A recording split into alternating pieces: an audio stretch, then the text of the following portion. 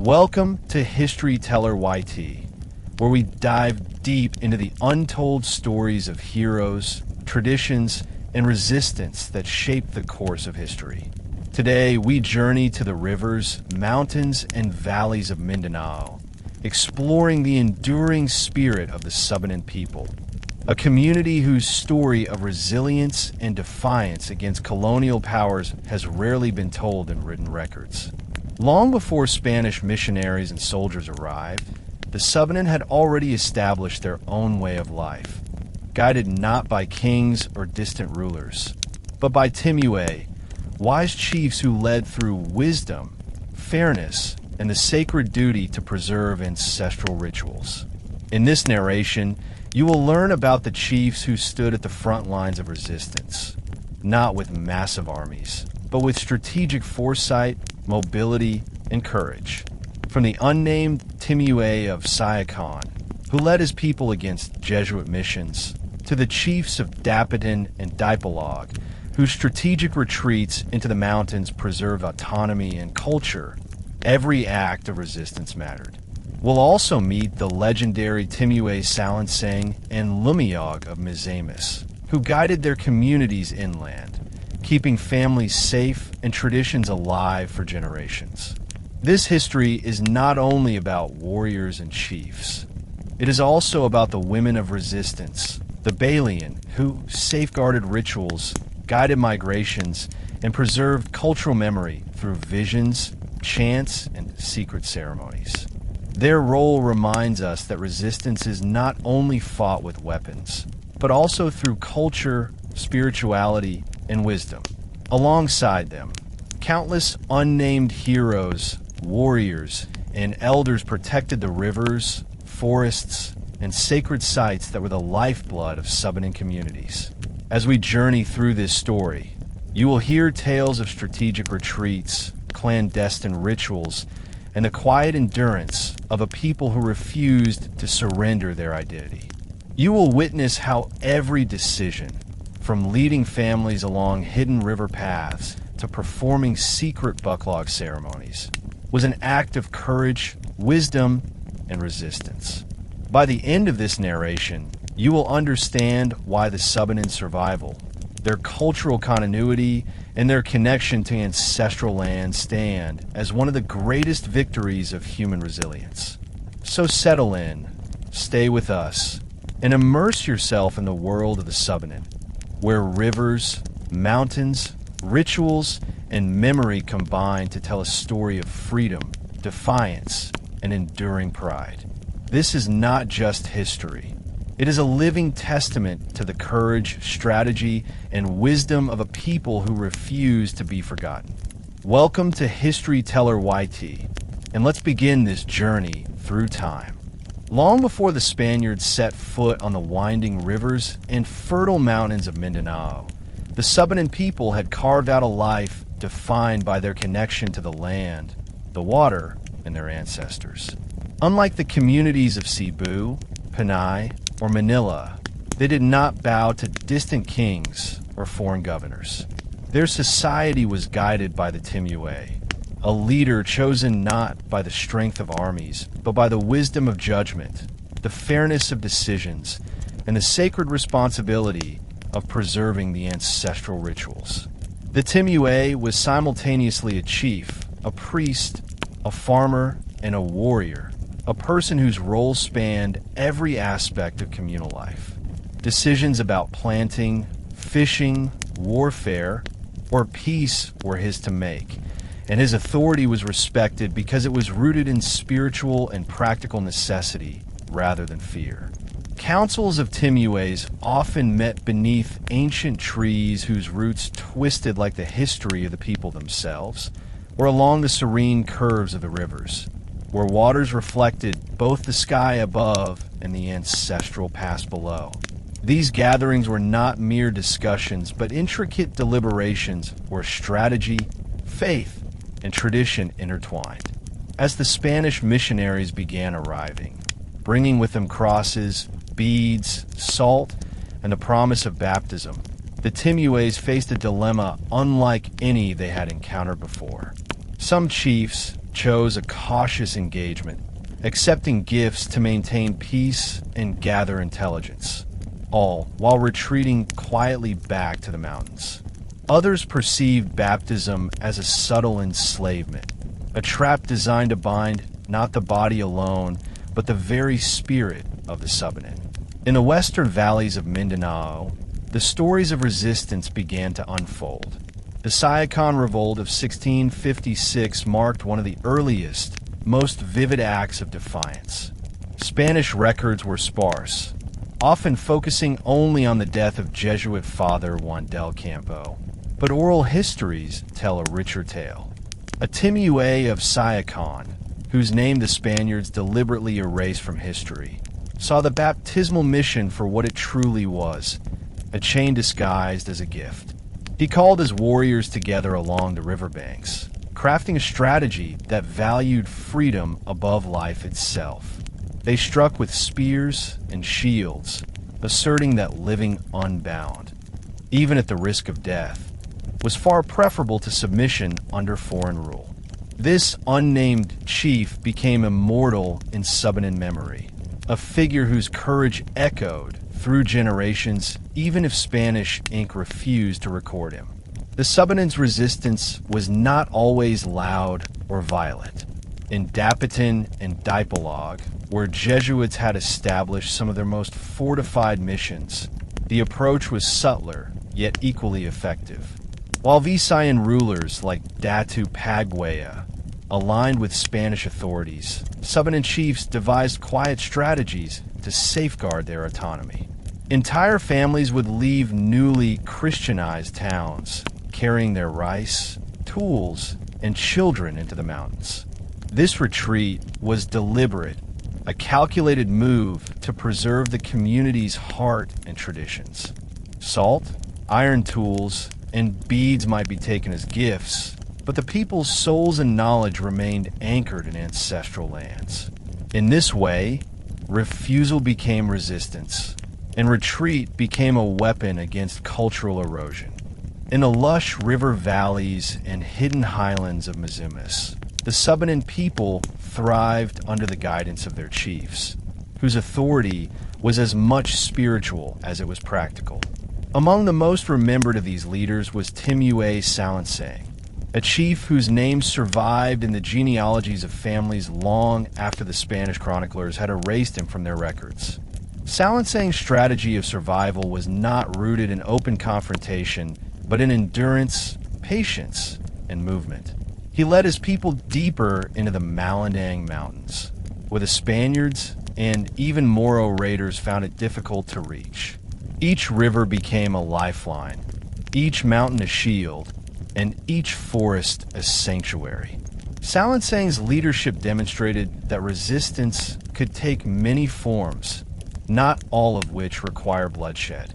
By relocating his people to safer terrains while maintaining their cultural rituals, he ensured the survival of the Subanen identity, the continuity of their oral history, and the endurance of their sacred practices.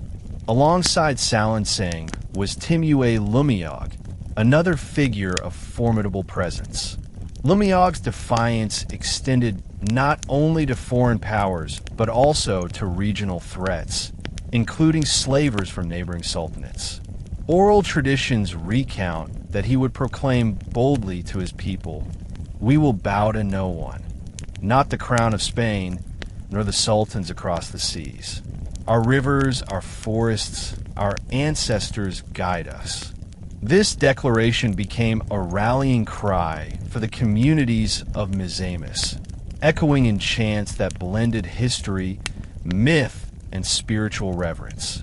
Under Lumayog's guidance, the Subanen not only resisted external pressures, but also maintained internal cohesion, preserving social structures, family lineages, and the wisdom of elders. Yet, resistance was not solely the domain of men.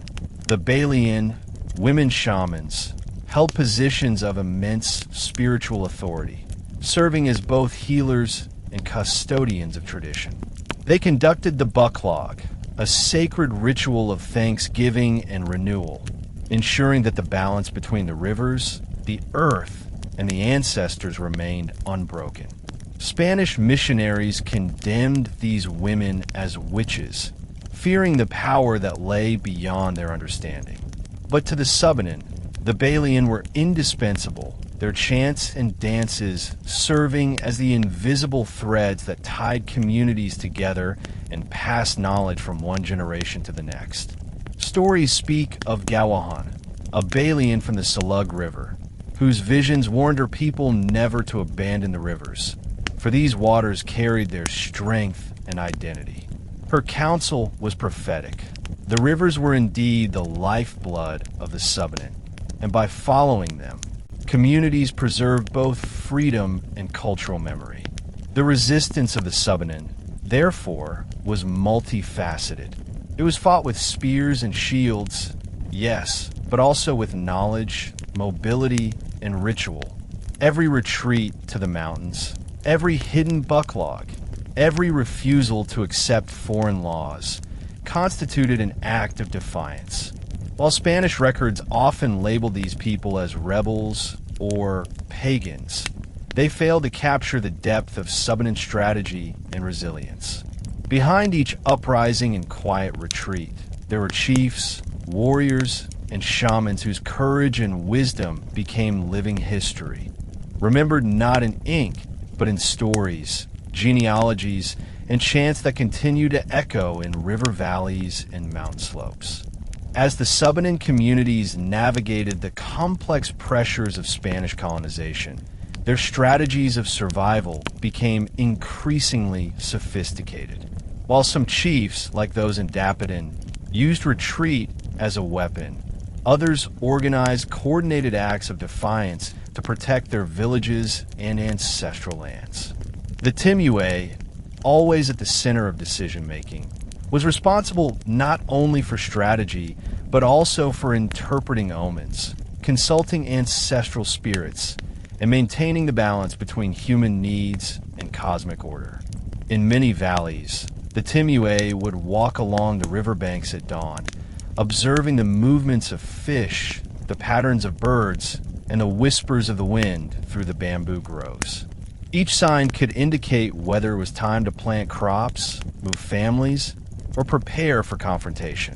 Their leadership combined wisdom, foresight, and a deep understanding of the environment, qualities that Spanish soldiers, armed only with steel and cannon, could not hope to match. In the northern reaches of Mindanao, around the rivers of Laowan, Jimenez, Sapong Dalaga, and Tangub, resistance under Timuay Salangsang was marked by subtlety and endurance. His people learned to live with the constant threat of intrusion, moving like the rivers themselves, sometimes slow and steady, sometimes sudden and forceful. Communities relocated in ways that were almost imperceptible, leaving behind traces of their presence in abandoned fields or hidden shrines, ensuring that invaders could not easily follow. Salangsang's leadership exemplified a principle that would define Subanen resistance for centuries. The survival of culture was as important as victory in battle. Tools, rice, and gifts might be taken when necessary, but the integrity of the people's traditions and the continuity of their rituals were never negotiable. Women, too, played a central role in sustaining this resilience. The Balian, like Gawahan, were revered not only for their spiritual insights, but also for their practical knowledge of herbs, healing, and survival skills. They ensured that even in exile or retreat, communities remained connected to their spiritual roots. The bucklog, which involved the offering of animals, the rhythm of drums, and chants of ancestral stories, became a symbol of continuity, linking generations in shared purpose. In times when Spanish missionaries sought to ban these rituals, the Balian would secretly lead gatherings in hidden groves, ensuring that cultural knowledge was transmitted safely. Their work preserved the collective memory of the people, turning resistance into a living, breathing act that extended beyond physical confrontations into the realm of identity and belief. Even in moments of apparent quiet, the Subanen resistance pulsed like an undercurrent through Mindanao's valleys and mountains. Oral histories recount how entire villages would vanish from missionary sight, relocating to forested ridges or deep river valleys, leaving behind empty houses and unharvested fields as deceptive signs of submission. In truth, these movements were deliberate, calculated maneuvers designed to preserve freedom. Spanish accounts may have referred to these people as fugitives or rebels, but within Subanen memory, these were acts of courage and strategic brilliance. Every retreat, every hidden ritual, and every whispered story ensured that their society endured intact. The river valleys, mountains, and forests became more than just geography. They were allies in a struggle for survival, repositories of knowledge, and symbols of independence that no foreign power could fully erase. As the years passed and Spanish influence spread across Mindanao, the Subanen people found themselves facing not a single enemy, but a shifting array of threats. The rivers and mountains of their homeland had always offered protection, yet the expansion of missionary settlements and the imposition of tribute systems forced the communities to adapt. The Timuay, whose authority was deeply intertwined with ancestral wisdom, continued to serve as the guiding force. These leaders were acutely aware that survival depended not only on martial prowess, but also on social cohesion, spiritual strength, and the ability to navigate changing political landscapes. A Timuay's decision could determine the fate of an entire community, whether to resist openly, retreat strategically, or negotiate subtly with outsiders. In the river valleys around Dapitan, the Subanen chiefs employed a combination of cunning and patience. They allowed the Spaniards to establish small missions, sometimes accepting gifts of salt, cloth, and iron, but they carefully maintained autonomy over their communities. Villages that appeared compliant were often hiding a network of secret paths, escape routes, and caches of food and tools.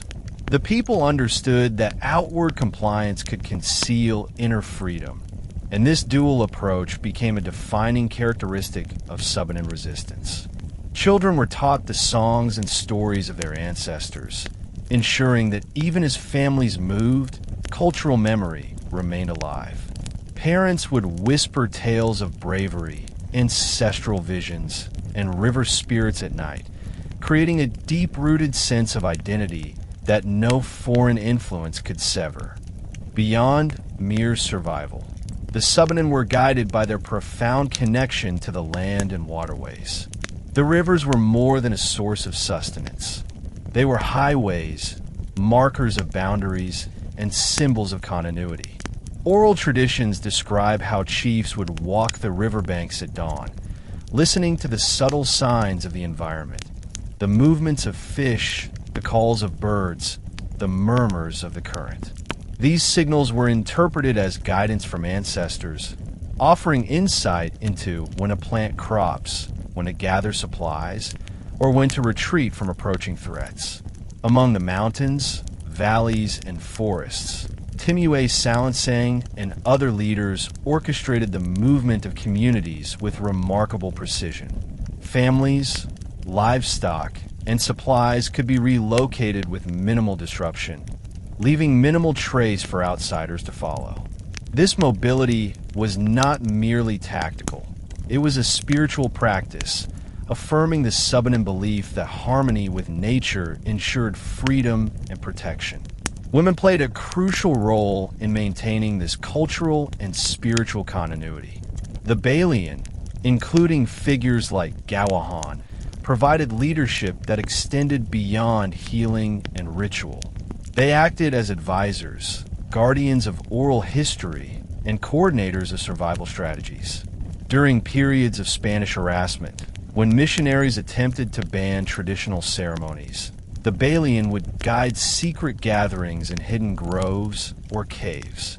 Here, the bucklog was performed in silence, preserving sacred songs and dances, and teaching younger generations the intricacies of ritual practice. These clandestine rituals reinforced the social fabric of the community, ensuring that the people remained united in belief, purpose, and identity. Resistance, therefore, was not measured solely in battles fought or forts defended. It was measured in cultural survival, strategic intelligence, and the preservation of memory.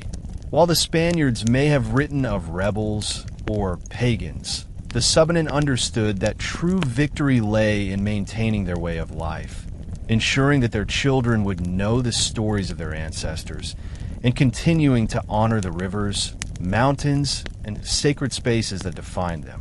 Each act of defiance, whether retreating to the forest, performing a hidden ritual, or preserving knowledge orally, was a deliberate and powerful assertion of independence, a testament to a society that refused to vanish despite centuries of external pressure.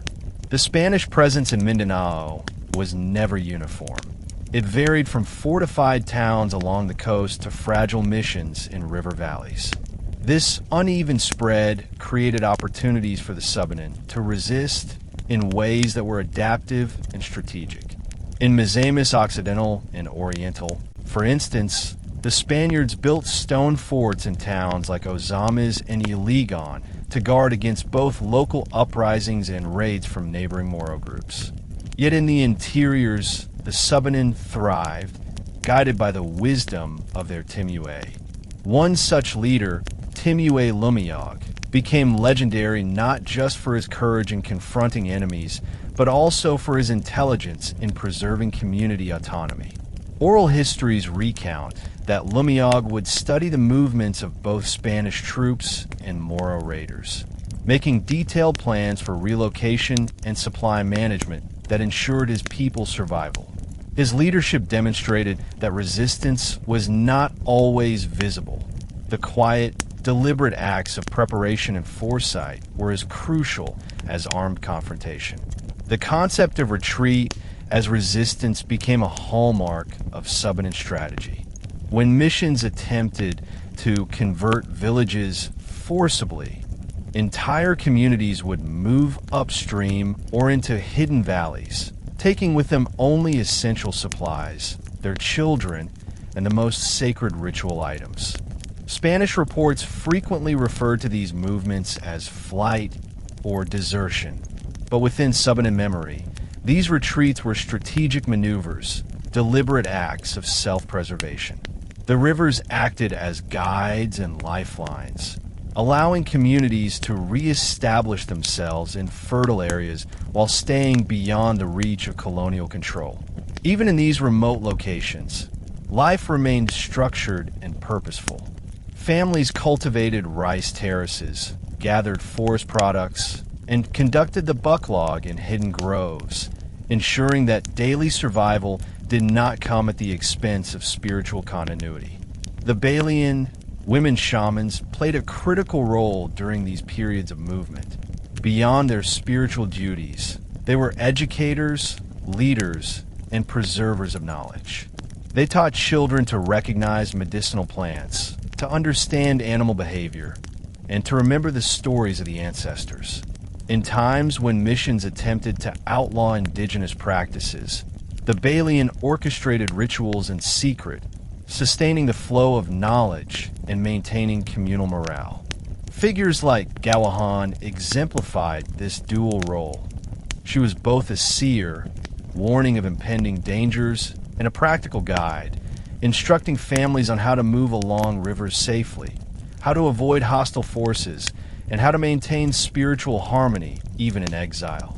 Her prophecies emphasized that the rivers were not merely physical features, but symbols of continuity, freedom, and resilience. Resistance was not only tactical, but also deeply symbolic.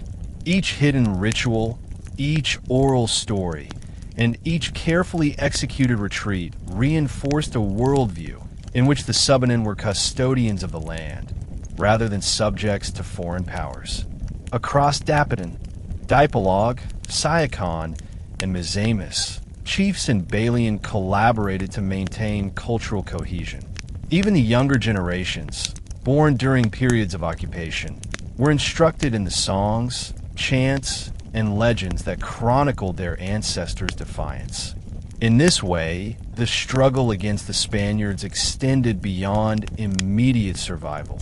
It was a fight for identity, memory, and the spiritual integrity of the community. Every valley and river held its own network of leaders and shamans, forming a web of subtle resistance. The Spaniards may have believed that building forts and missions meant control, but they underestimated the enduring strength of a culture rooted in the land and rivers. The Subanen's approach to resistance, quiet, deliberate, and deeply informed by tradition, ensured that even when the invaders controlled the coast, the heart of the people remained free. In essence, survival became an act of defiance, and memory itself was weaponized, safeguarding the past for future generations. The Siocon Revolt of 1656 stands as one of the earliest and most emblematic acts of Subanen resistance against Spanish encroachment.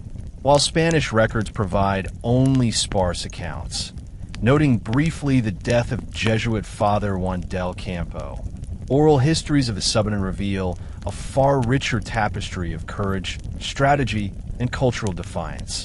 The revolt was sparked when the local Timuay, whose name was deliberately omitted from colonial chronicles, recognized the Jesuits' mission not as a gesture of goodwill, but as a subtle form of spiritual enslavement. Baptism, the chief understood, was more than a ritual. It symbolized the imposition of foreign authority, a claim not only over bodies, but over belief, ancestry, and memory. In preparation for resistance, the Timuay called together his warriors along the winding banks of the Siocon River. The river itself became both shield and guide, its currents informing the placement of camps, ambush points, and escape routes. Spears, shields, and other weapons were distributed with precision, but the revolt was as much psychological as it was martial. Oral accounts describe the chief speaking to his people in a voice firm, yet infused with reverence for their ancestors. Better to die free in the rivers than to live chained under foreign gods. Our ancestors watch, and they demand courage. The warriors responded with disciplined coordination, attacking with the knowledge that even in death, their act would echo through generations. While the Spaniards sought to suppress the uprising and erase its leaders from official records, the memory of the revolt endured among the Subanen.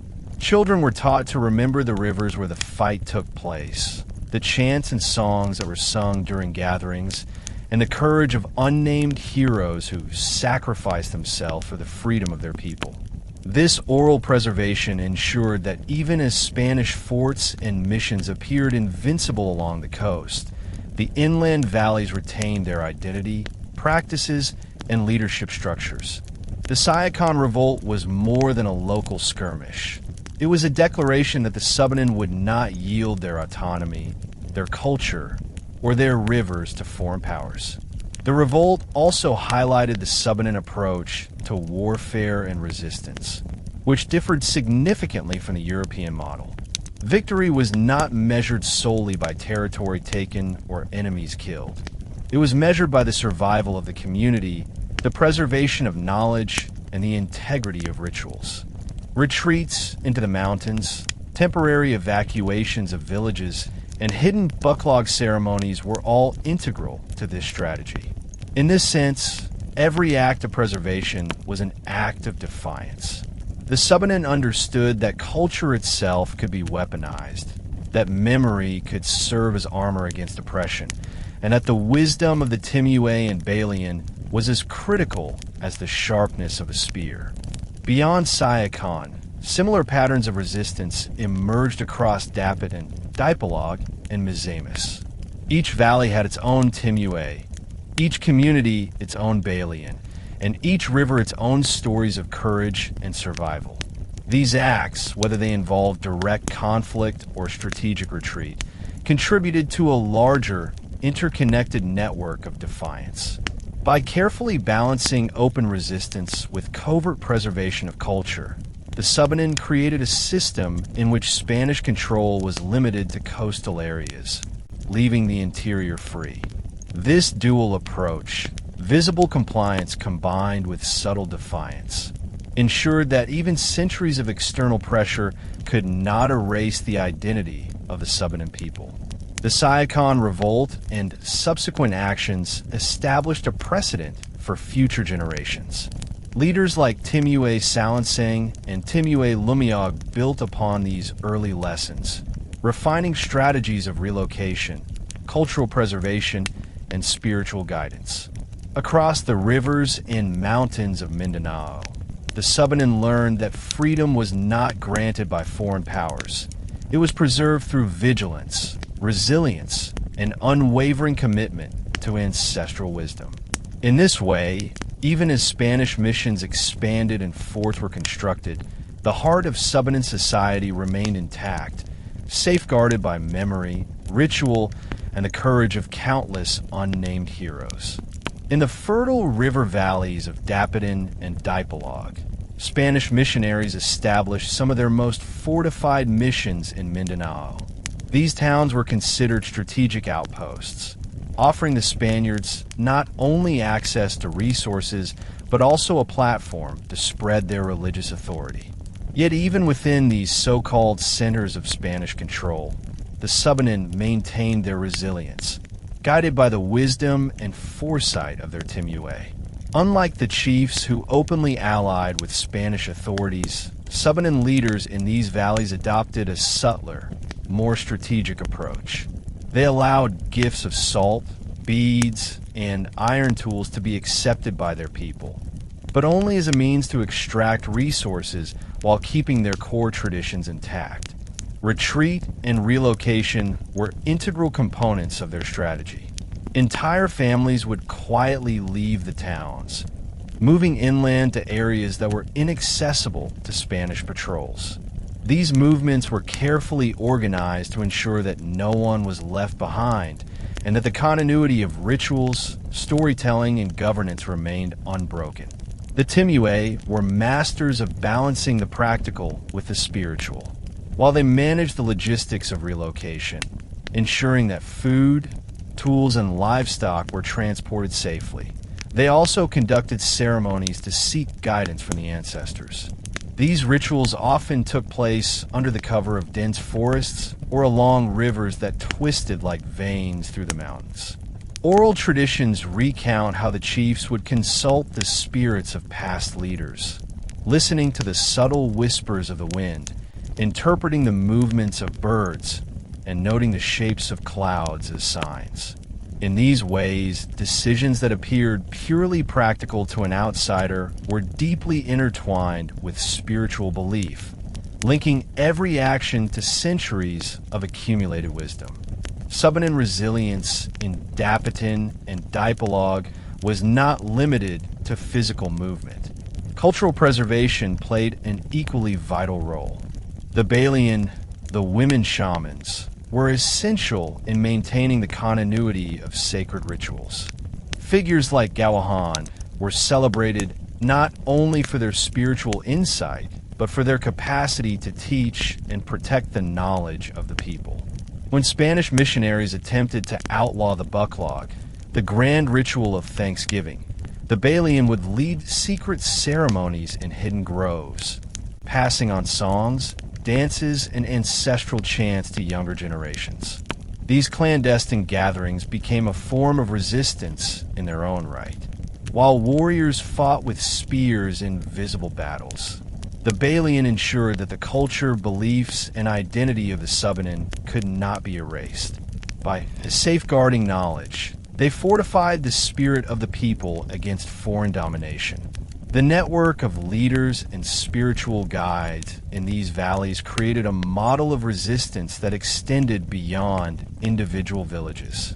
Chiefs coordinated with one another, sharing information about Spanish movements, advising on safe relocation routes, and providing mutual support. This web of communication ensured that even if one valley fell under pressure, the others could absorb displaced families, maintain cultural cohesion, and continue traditions. Retreat was never defeat. It was a tactical choice that demonstrated the ingenuity and foresight of the Subanen. Their rivers and forests became allies, offering concealment, sustenance, and continuity. Even as the Spaniards constructed forts of stone along the coast, the heart of Subanen society thrived quietly inland, strengthened by ancestral wisdom, spiritual guidance, and a calculated strategy of enduring resistance. This subtle resistance, combining tactical relocation, ritual preservation, and strategic diplomacy, allowed the Subanen communities in Dapitan and Dipolog to maintain a sense of autonomy that Spanish officials could never fully penetrate. Every retreat, every hidden ceremony, every whispered story reinforced the collective memory of freedom. In essence, these communities demonstrated that true resistance was not measured merely by open confrontation, but by the ongoing survival of culture, identity, and the ability to act independently under continuous pressure.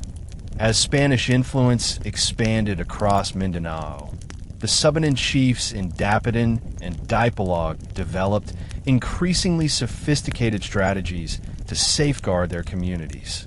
Unlike the colonial model of conquest, which relied on fortifications, missions, and visible control, Subanen resistance was subtle, adaptive, and deeply rooted in both environment and tradition.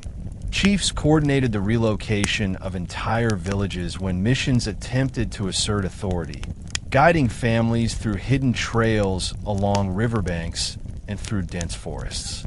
These movements were carefully timed with seasonal patterns, ensuring that crops were not wasted and that food supplies remained sufficient. Villages could vanish from Spanish observation overnight, only to reappear in safer, more defensible locations. This practice reflected the unique understanding that resistance was not always about confrontation. Survival itself was a victory. The Timuay were central to this adaptive strategy. They maintained meticulous knowledge of the terrain, seasonal cycles, and the movements of outsiders. Chiefs like Timuay Salangsang and Timuay Lumayog ensured that no decisions were made without consulting both the environment and the ancestors. Sacred rituals often preceded major relocations, with divinations and visions guiding where families would settle next. Such ceremonies were conducted with the utmost secrecy, sometimes in groves deep in the forest or on the banks of rivers whose waters were considered sacred. The wisdom of the Timuay was complemented by that of the Balian, who interpreted omens, healed the sick, and instructed children in the stories and rituals that defined Subanen identity. Together, these leaders created a society in which spiritual and practical concerns were inseparable, a society that could endure external pressures without losing its cohesion or values. The Spanish chroniclers often express frustration at their inability to subdue the Subanen. Reports described villagers fleeing the missions or rebels disappearing into the mountains, but they failed to grasp the complexity and intentionality behind these movements. Oral histories paint a different picture. Families would travel with purpose, carrying only essential possessions, rice, and ritual items. They would leave behind seemingly abandoned fields and empty homes, creating the illusion of submission while preserving the core of their culture. The rivers functioned as natural highways, guiding these migrations and offering both sustenance and protection. Warriors were stationed at strategic points to warn of approaching outsiders, ensuring that the movement of families remained safe and coordinated. In addition to relocation, the Subanen employed other forms of resistance that were equally strategic. When tribute collectors arrived, or when Spanish officials demanded obedience. The chiefs sometimes used negotiation to buy time, obtaining goods that could benefit their communities while avoiding unnecessary bloodshed. In other cases, the refusal to comply, even in small matters, served as a symbolic act of defiance. The combination of diplomacy, covert retreat, and ritual preservation created a multi-layered resistance network that proved remarkably resilient over centuries. Each valley, each river, each mountain path was part of this intricate system, and the leaders were all interconnected through shared knowledge, communication, and mutual support. The role of the Balian in this period cannot be overstated. Women shamans were not only spiritual guides, but also strategists in cultural preservation. During times when Spanish priests attempted to ban traditional rituals, the Balian led secret ceremonies, often at night or in concealed locations, ensuring the continuation of sacred practices such as the bucklog. Through chants, dances, and teachings, they transmitted the knowledge of ancestors, maintained the moral fabric of the community, and reinforced the connection between people, land, and river. Their leadership created a continuity that fortified the communities against external influence, making cultural survival a form of resistance just as critical as physical defense. In essence, the Subanen's approach to resistance in Dapitan and Dipolog illustrated a profound understanding of what it meant to remain free under occupation. True power lay not in the ability to conquer, but in the ability to endure, adapt, and preserve identity. Retreat was tactical, ritual was protective, and memory became an unyielding weapon against colonial erasure. By combining these strategies, the Subanen ensured that even centuries of Spanish expansion could never fully penetrate the heart of their society. Beyond the towns of Dapitan and Dipolog, the Subanen communities formed a complex network of interconnected river valleys, each guided by its own Timuay and supported by the wisdom of the Balian. This network was not hierarchical in the European sense. It functioned more like a web, with each valley maintaining autonomy while sharing knowledge, resources, and strategies with neighboring communities. Chiefs would meet periodically along the banks of major rivers or beneath sacred trees to discuss threats, exchange information about Spanish movements, and coordinate the relocation of families and resources. These gatherings were both practical and ceremonial, reflecting the integration of governance, spirituality, and environmental knowledge that defined Subanen society. Through this system, even isolated villages could remain in contact with larger networks, reinforcing cohesion and ensuring that the community's culture and memory endured despite ongoing external pressures. One striking feature of Subanen resistance was the emphasis on symbolic acts of defiance. Beyond physical confrontation, communities engaged in deliberate cultural preservation that serve as both resistance and identity reinforcement. The bucklog ceremony, led by the Balian, remained central to these efforts. Even when the Spanish attempted to prohibit these rituals, communities secretly maintained the practice, performing chants, dances, and offerings in hidden groves or riverbank clearings. These rituals were more than religious ceremonies. They were affirmations of autonomy, ancestral wisdom, and the intrinsic connection between people, land, and river. By continuing these sacred practices, the Subanen demonstrated that their identity could not be erased by foreign authority, no matter how many forts or missions were built along the coast. The role of women in this system of resistance was particularly notable. The Balian were not passive spiritual figures. They were active strategists and educators. They guided the community during relocation, preserved medicinal knowledge, and instructed children in the songs, stories, and rituals that carried the people's history.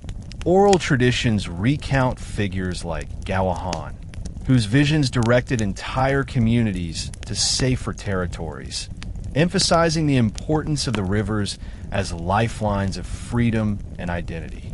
These women ensured that even in periods of displacement or threat, the Subanen maintained continuity of knowledge, belief, and practice, creating a living cultural archive that resisted both time and colonial interference. Another layer of Subanen resistance involved strategic retreats combined with tactical intelligence.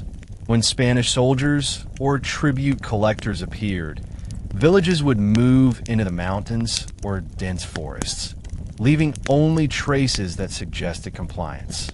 Families traveled with careful planning, often using the rivers to transport food and ritual objects, while warriors guarded key points to prevent surprise attacks. These retreats were never chaotic. They were highly organized maneuvers guided by generations of environmental knowledge. Chiefs like Timuay Salangsang coordinated these movements with precision, ensuring that each relocation preserved the integrity of social structures, ancestral rituals, and daily life. Survival, in this context, was itself an act of defiance, proving that the Subanen could resist even without open battle. Across valleys and rivers, the Subanen demonstrated a remarkable synthesis of physical, cultural, and spiritual resistance. While Spanish chronicles often dismissed them as rebels or fugitives, the reality was far more sophisticated. The integration of tactical retreats, ceremonial preservation, ancestral guidance, and communal coordination created a resilient society that could withstand centuries of external pressure. By maintaining a delicate balance between open engagement, covert preservation, and ritual continuity, the Subanen ensured that their culture, identity, and freedom survived despite colonial efforts to suppress them. In essence, the river valleys and mountain paths of Mindanao became living symbols of enduring autonomy, proving that true resistance extended beyond the battlefield into the realm of memory, culture, and spiritual life. In the interior regions of Misamis Occidental and Misamis Oriental, the Subanen people maintained a remarkable level of autonomy, even as Spanish forts and missions attempted to consolidate control along the coast. These interior communities, guided by the wisdom of their Timuay, remained largely inaccessible to Spanish forces. Among the most celebrated leaders of this period was Timuay Salangsang, whose strategic foresight allowed his people to thrive despite centuries of external pressure. Salangsang understood that open confrontation with Spanish troops, who were armed with firearms and supported by fortifications, could result in devastating losses.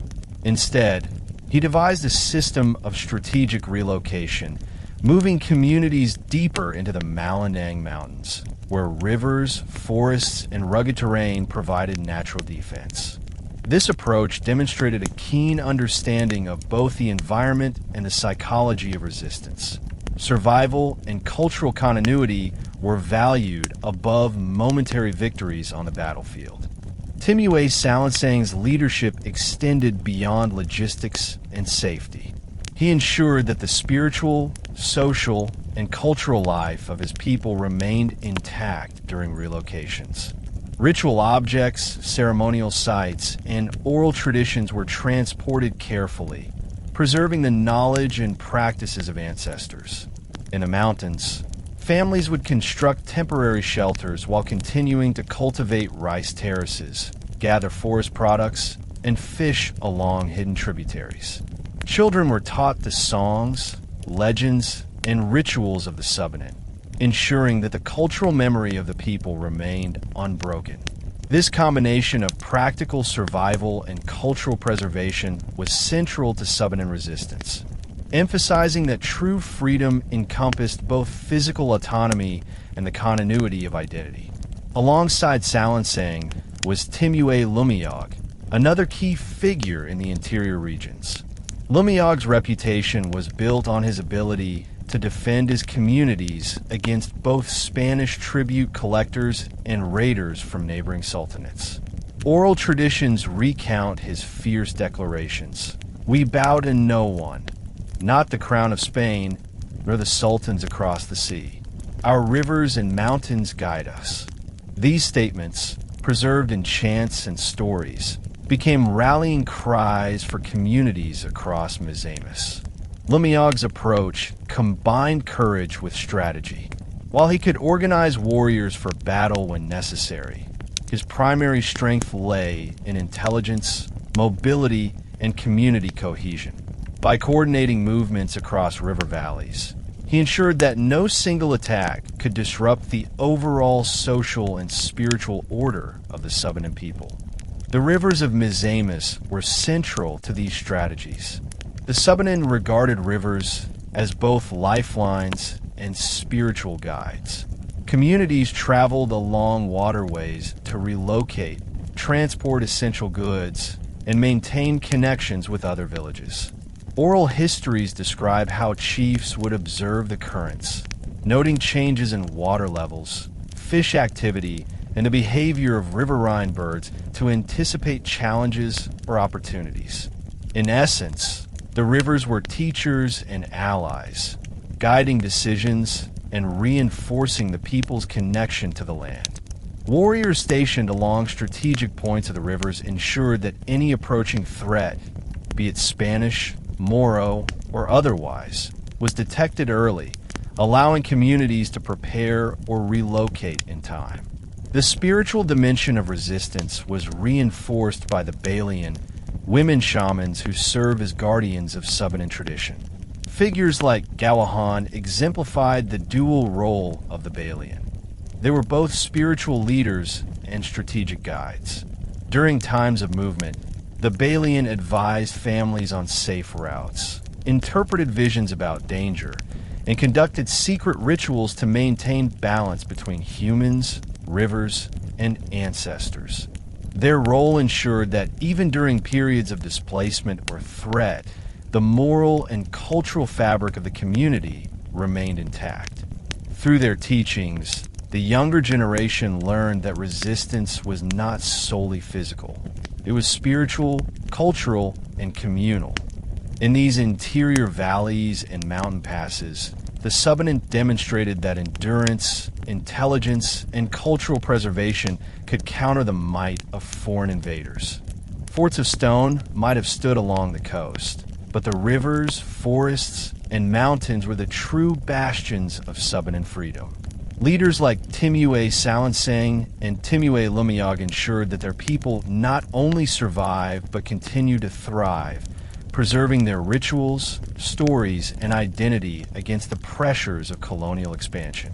In doing so, they created a model of resistance that blended strategy, spirituality, and cultural continuity, proving that freedom was maintained not just through warfare, but through the careful preservation of memory, tradition, and autonomy. In the interior valleys and mountain strongholds of Misamis, Subanen communities faced ongoing pressure from Spanish tribute collectors who demanded rice, livestock, and labor as a sign of obedience to the colonial crown. These collectors often arrived without warning, expecting compliance from villages already accustomed to autonomy. Yet the Subanen chiefs, guided by the wisdom of the Timuay, refused to yield without careful strategy. Timuay Lumayog, in particular, became known for his ability to anticipate the movements of Spanish officials. Oral histories recount how he would station scouts along the ridges and riverbanks, using subtle signs from the environment, broken twigs, displaced stones, or the flight of birds, to track approaching parties.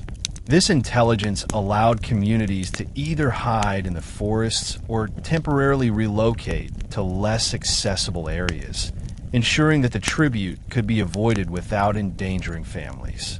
These maneuvers demonstrated that Subanen resistance was as much about survival and foresight as it was about combat. Beyond tactical retreats, Lumayog and other chiefs emphasized the protection of cultural identity. Even during periods of stress, when villages were on the move, rituals and ceremonies continued. The Balian women shamans played a central role in these efforts. Figures like Gawahan guided the performance of the bucklog, ensuring that offerings, chants, and dances were conducted even in temporary settlements. These ceremonies reinforced communal cohesion, preserved ancestral knowledge, and reminded the people that their cultural practices were inseparable from their identity. The Balian also instructed children in stories and songs that chronicled past acts of defiance, teaching them that resistance was not only fought with spears, but through memory, ritual, and daily life. The rivers were instrumental in these coordinated strategies. Communities often traveled along waterways during relocations, carrying essential food supplies, tools, and sacred objects. The river system functioned as a natural network, connecting distant valleys and enabling rapid communication between chiefs. Oral histories tell of messengers navigating tributaries to relay warnings about approaching Spanish parties or Moro raiders, ensuring that families could prepare or move without panic.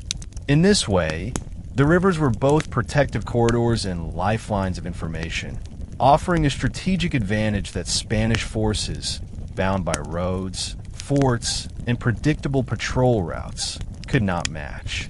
The coordination between chiefs across the region reinforced the strength of Subanen society. Leaders held secret councils, often under the cover of darkness or beneath sacred trees, where they shared intelligence, planned relocations, and discussed ritual practices that ensured continuity of spiritual guidance. This network was decentralized, allowing individual valleys to operate autonomously while remaining part of a larger system of cultural preservation.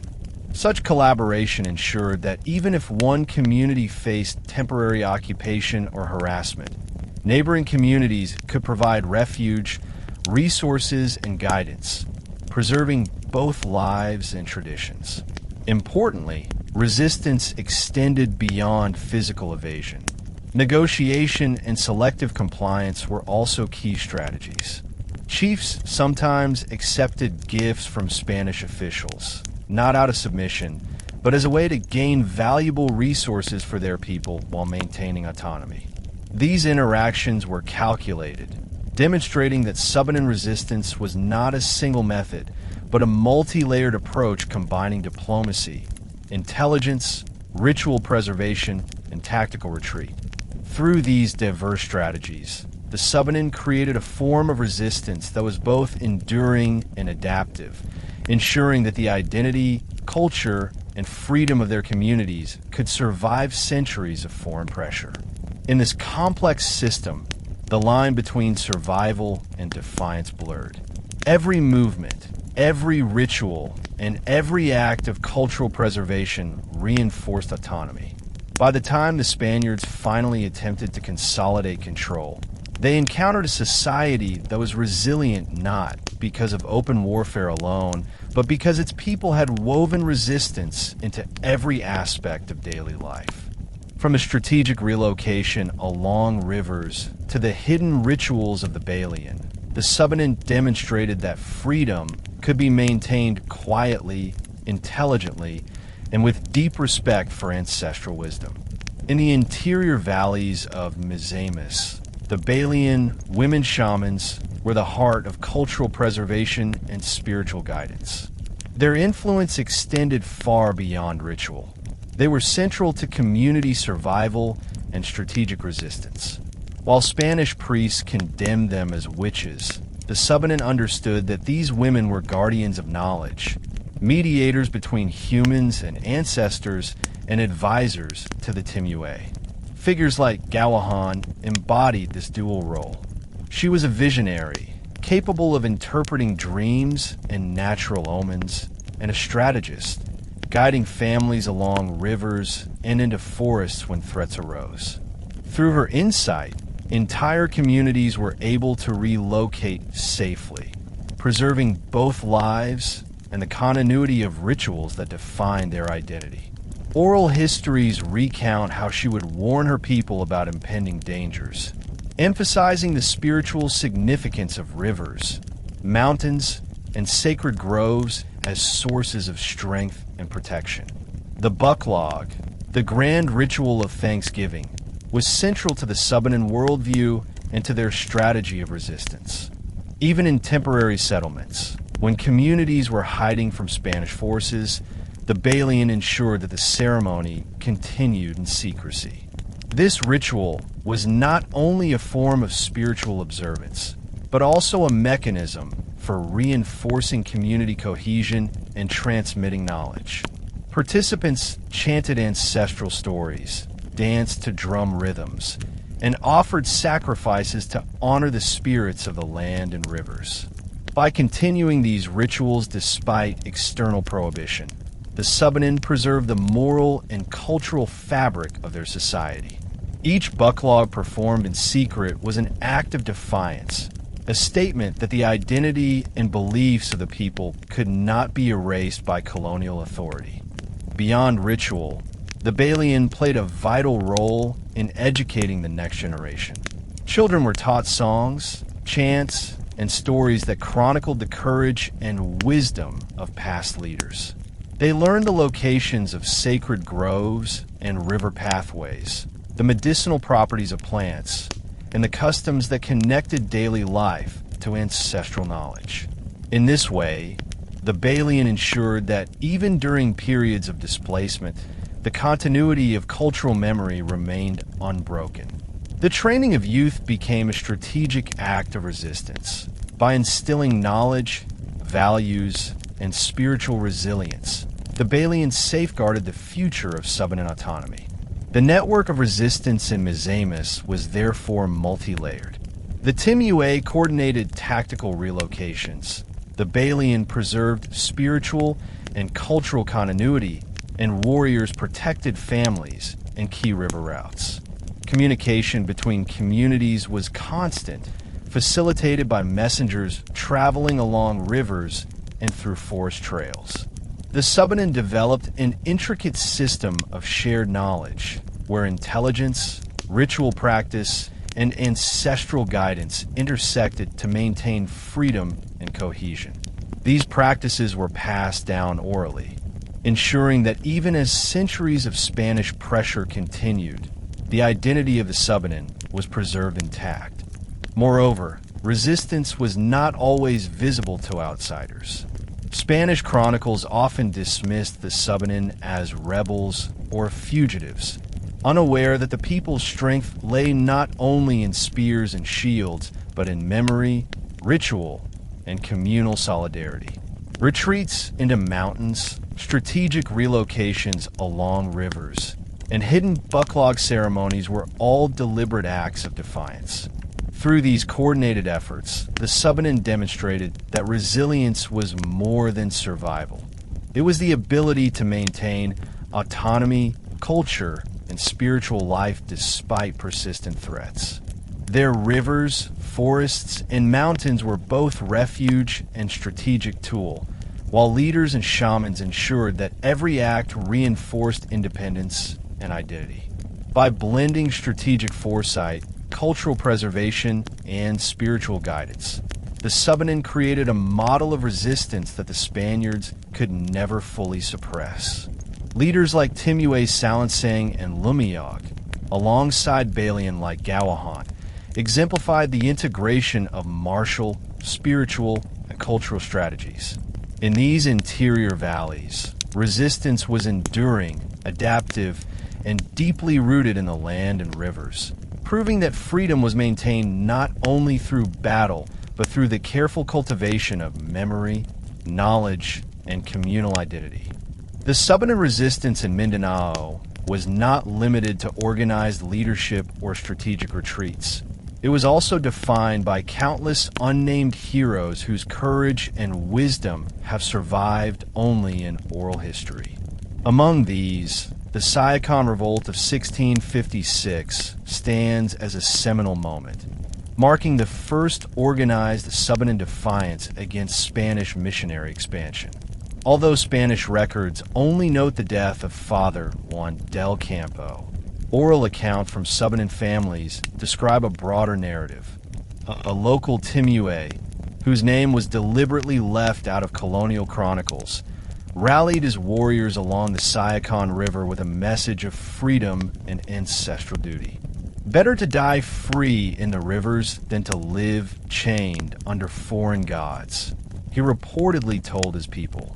This statement, recounted across generations, encapsulated the philosophy that would guide Subanen resistance for centuries. Freedom was measured not by wealth or submission, but by the ability to preserve life, culture, and autonomy. The revolt involved both military and symbolic actions. Warriors carried spears and shields, ready to confront Spanish forces directly, while families and non-combatants prepared to retreat into the surrounding forests and mountains. The river served as a natural defensive boundary, enabling coordinated maneuvers and concealed movements. Scouts and messengers maintained communication between different points along the river, ensuring that each village could respond quickly to threats. These strategies were meticulously planned, reflecting a deep understanding of both the terrain and the psychology of the enemy. The Subanen were not merely reacting. They were shaping the conflict on their terms, turning rivers, forests, and mountains into tools of survival and resistance. The impact of unnamed heroes extended beyond combat. Women, particularly the Balian, maintained spiritual and cultural continuity, which was equally essential to resistance. Figures like Gawahan guided rituals, such as the bucklog, preserving ancestral chants, dances, and sacred knowledge even when missions sought to outlaw them. In doing so, they ensured that the community remained unified and spiritually resilient. Children were taught the stories of bravery, moral guidance, and the natural laws of rivers and forests. In effect, the Subanen transformed memory into a weapon. While Spanish ink erased names, the spoken word preserved courage, wisdom, and identity across generations. Across the river valleys of Dapitan, Dipolog, and Mizamis, similar acts of defiance occurred, each reinforcing the broader network of resistance. Chiefs coordinated relocations, strategically moving families inland to protect lives while retaining control over cultural practices. The rivers became arteries of communication, sustenance, and guidance. Families would travel under cover of dense forests, carrying essential rice, ritual items, and livestock. Scouts stationed along river bends would alert them to the approach of Spanish officials or Moro raiders.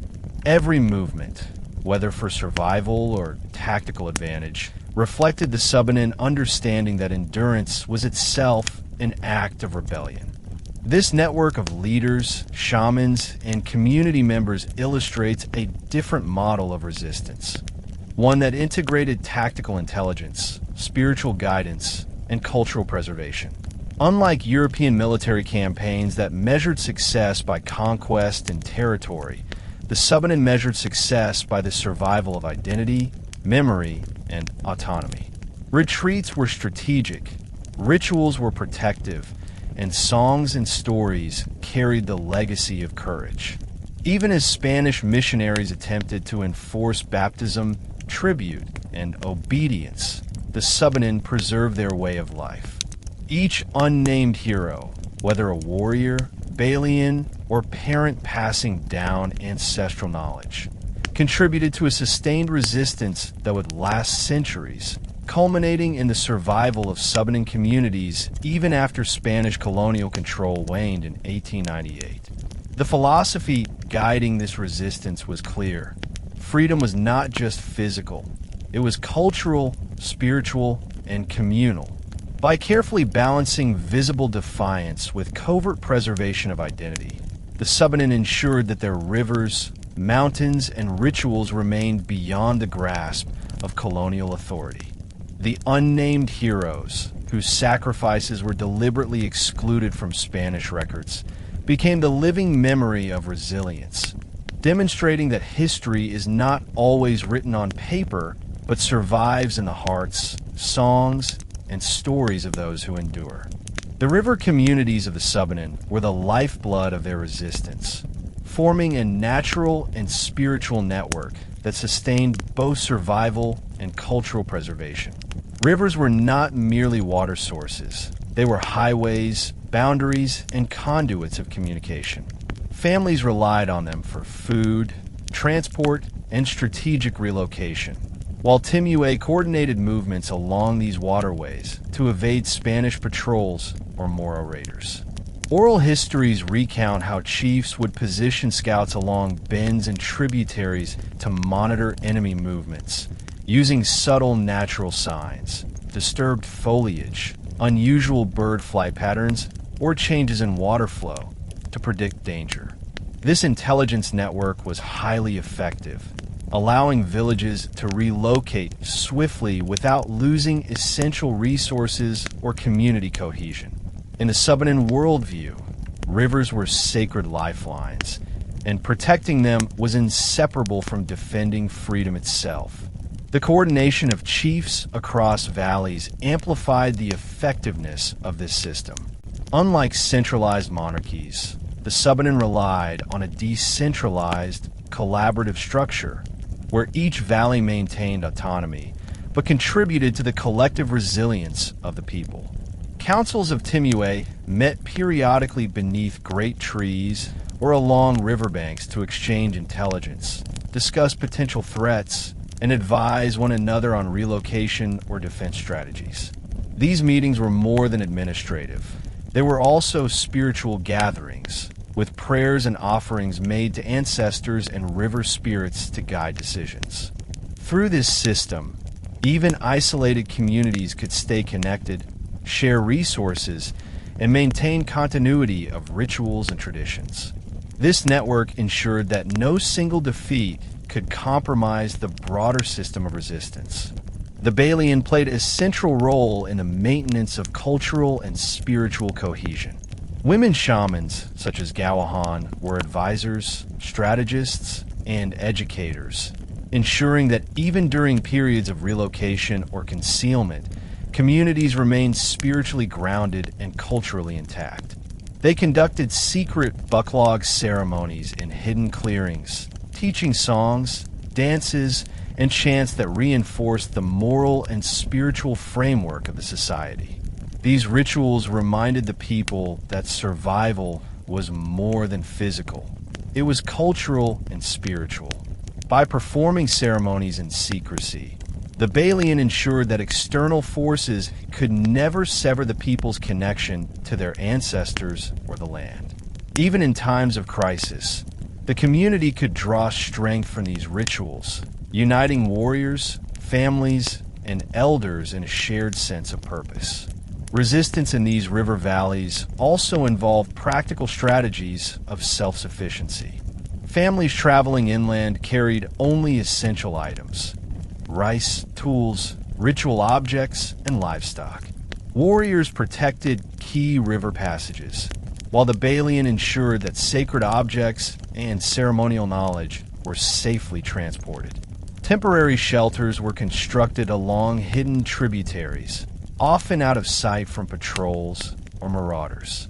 Children were taught not only survival skills, but also the songs and legends that chronicled past acts of defiance. In doing so, the Subanen ensured that every generation inherited both the knowledge and the philosophy of resistance, embedding autonomy into daily life. Spanish chroniclers often misunderstood these strategies, dismissing fleeing communities as rebels or fugitives. In reality, these movements were highly coordinated and intentional, combining intelligence, ritual guidance, and strategic relocation. The Subanen understood that true freedom did not require open confrontation at every moment. Sometimes it required patience, adaptability, and the preservation of cultural identity. By integrating practical and spiritual strategies, river communities created a multi-layered system of resistance. This ensured that even as Spanish forts dominated the coast, the inland valleys and mountains remained independent, sustaining life, culture, and memory. Ultimately, the combination of river-based logistics, coordinated leadership among chiefs, and spiritual guidance from the Balian exemplified a holistic model of resistance. The Subanen demonstrated that autonomy could be maintained not only through warfare, but through intelligence, cultural preservation, and strategic use of the environment. The rivers, mountains, and hidden valleys became both refuge and battleground, while the memory of unnamed heroes, coordinated leadership, and spiritual guidance ensured the continuity of Subanen society for generations. The enduring strength of Subanen resistance lay not only in strategic relocations and tactical retreats, but also in the daily acts of cultural preservation carried out by the community. Every household, every river settlement, and every valley participated in maintaining traditions that were essential to identity and resilience. For the Spanish, control meant imposing faith, tribute, and compliance. For the Subanen, resistance meant protecting the continuity of memory and ritual. Children learned ancestral chants and legends from a young age, while elders preserved genealogies and historical accounts, ensuring that the stories of unnamed heroes, fearless warriors, and wise Timuay would never be forgotten. Even the simplest of acts, teaching a child a song, leading a small ritual along a riverbank, or passing down knowledge of medicinal plants, became acts of defiance, reinforcing a culture that could not be erased by forts or missions. The rivers of Misamis, Dapitan, and Dipolog were central to this cultural resistance. They were the veins through which life, communication, and memory flowed. Communities relied on rivers for transportation during relocations, for fishing and irrigation, and for spiritual observances. Oral histories tell of how Timuay Salangsang used the rivers as natural boundaries against intruders, while Timuay Lumayog coordinated surveillance along tributaries to anticipate the movements of Spanish officials or raiders.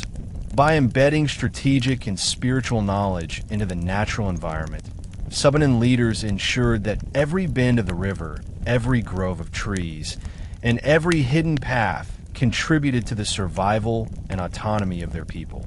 The land itself became a partner in resistance, guiding decisions and reinforcing the philosophy that freedom was inseparable from cultural continuity. The Balian played a pivotal role in sustaining this network of resistance.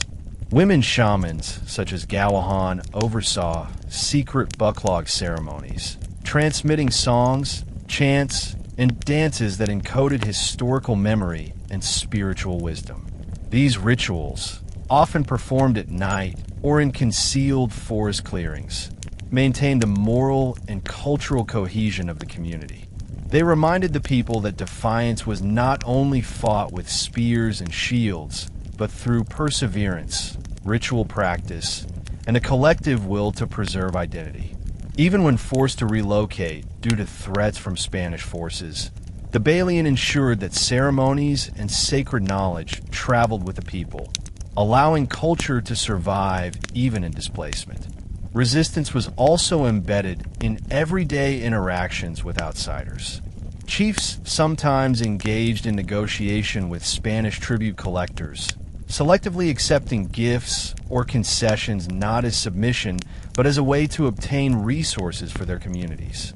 At the same time, families and warriors were prepared to retreat into forests or riverside caves, ensuring that autonomy was never compromised. This careful balance of diplomacy, strategic withdrawal, and cultural preservation exemplified the Subanen philosophy. Resistance was continuous, adaptive, and deeply rooted in community and memory. The legacy of these strategies is profound. While Spanish chronicles often portrayed the Subanen as rebels or fugitives, the reality was far more sophisticated. Every relocation, every hidden ritual, every song and story transmitted to children reinforced a society that could survive, adapt, and maintain autonomy over centuries of colonial pressure. From the unnamed chief of Siocon to the celebrated Timuay Salangsang and Lumayog, and from river guardians to Balian like Gawahan, Subanen resistance was not simply military. It was holistic, encompassing survival, culture, spirituality, and the transmission of ancestral knowledge. In the end, the Subanen proved that memory, culture, and communal wisdom were as powerful as any fort or army. Even after centuries of Spanish expansion, inland valleys, river communities, and mountain strongholds remained independent, ensuring that identity, rituals, and autonomy survived. Resistance, in this sense, was more than survival. It was the deliberate preservation of a way of life, the continuity of traditions, and the safeguarding of ancestral knowledge. The rivers, forests, and mountains were the stage upon which these acts of defiance were enacted, and the legacy of Subanen courage, strategy, and cultural resilience continues to echo through their songs, stories, and rituals to this day. Along the coastal regions of Misamis, Spanish forces attempted to consolidate control through the construction of forts, missions, and small settlements intended to anchor colonial authority. Towns like Ozames and Iligan were fortified with stone walls, serving as both military strongholds and symbols of Spanish power. Yet despite these visible displays of dominance, the interior communities of the Subanen remained largely autonomous, demonstrating a unique model of resistance that combined strategic retreat, cultural preservation, and environmental mastery. While Spanish soldiers patrolled the coast and tribute collectors visited towns, the Subanen continued their life inland, guided by Timuay leaders who understood that the heart of their society lay not in a single stronghold, but across rivers, valleys, and mountains. These leaders orchestrated movements of families and resources in ways that minimized risk while maximizing the continuity of community life. Timuay Salangsang was a central figure in this system of resilience. His strategy emphasized depth over confrontation, moving people further into the Malandang Mountains when Spanish patrols advanced. This approach relied on intimate knowledge of the terrain, from hidden forest paths to natural shelters along riverbanks. Families were guided along these routes with careful planning, carrying rice, ritual objects, and livestock essential to both survival and cultural practice. Scouts, positioned at key vantage points, warned of approaching Spanish parties or raiders, allowing communities to evade capture or tribute demands. This method of strategic mobility exemplified the Subanen understanding that survival was itself an act of resistance, and that culture could be preserved even without open battle. The spiritual and cultural dimensions of this resistance were equally critical. Balian women shamans, such as Gawahan, ensured that rituals, ceremonies, and ancestral knowledge persisted during times of relocation. Hidden bucklog ceremonies were conducted in remote groves or along secluded riverbanks, preserving sacred songs, chants, and dances. These rituals reinforced communal identity, provided spiritual guidance, and reminded the people that their autonomy was rooted in both land and memory. Oral histories tell of how Balian would interpret signs in rivers, weather, and animals to guide communities safely through the interior, combining spiritual insight with practical strategy. Their role ensured that even in displacement, the cultural fabric of the Subanen remained intact. Spanish chroniclers frequently express frustration over their inability to subdue the Subanen, Reports describe villages fleeing inland or communities resisting baptism, but failed to capture the deliberate intelligence behind these actions. The Subanen were not merely reacting, they were shaping the conflict on their own terms. Retreats were carefully timed, relocations meticulously planned, and rituals preserved to maintain cohesion. Even small acts of defiance, such as refusing to provide tribute or subtly sabotaging Spanish attempts to assert authority, were part of a larger strategy of resistance that combined physical, cultural, and spiritual dimensions. The rivers in these regions were central to this network. They provided routes for relocation, natural barriers against intruders, and conduits for communication.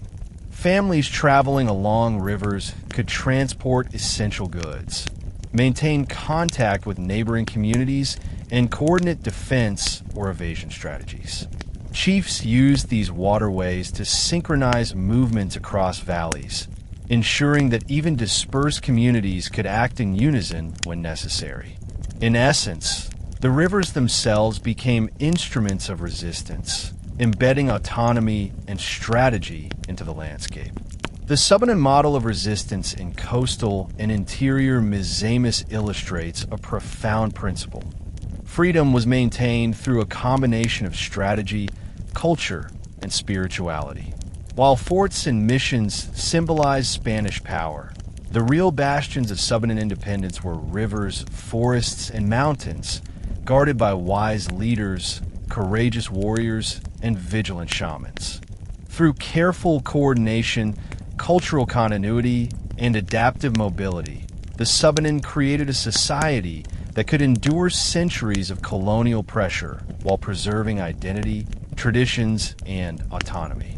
In this way, resistance was not a singular event, but an ongoing, multidimensional practice that integrated daily life, spiritual observance, and strategic intelligence. The presence of Spanish coastal forts, such as those in Ozamis and Iligan, created the illusion of complete control, yet the reality was far more complex. Inland, the Subanen River communities operated with remarkable autonomy, guided by the wisdom of their Timuay and the spiritual insight of the Balian.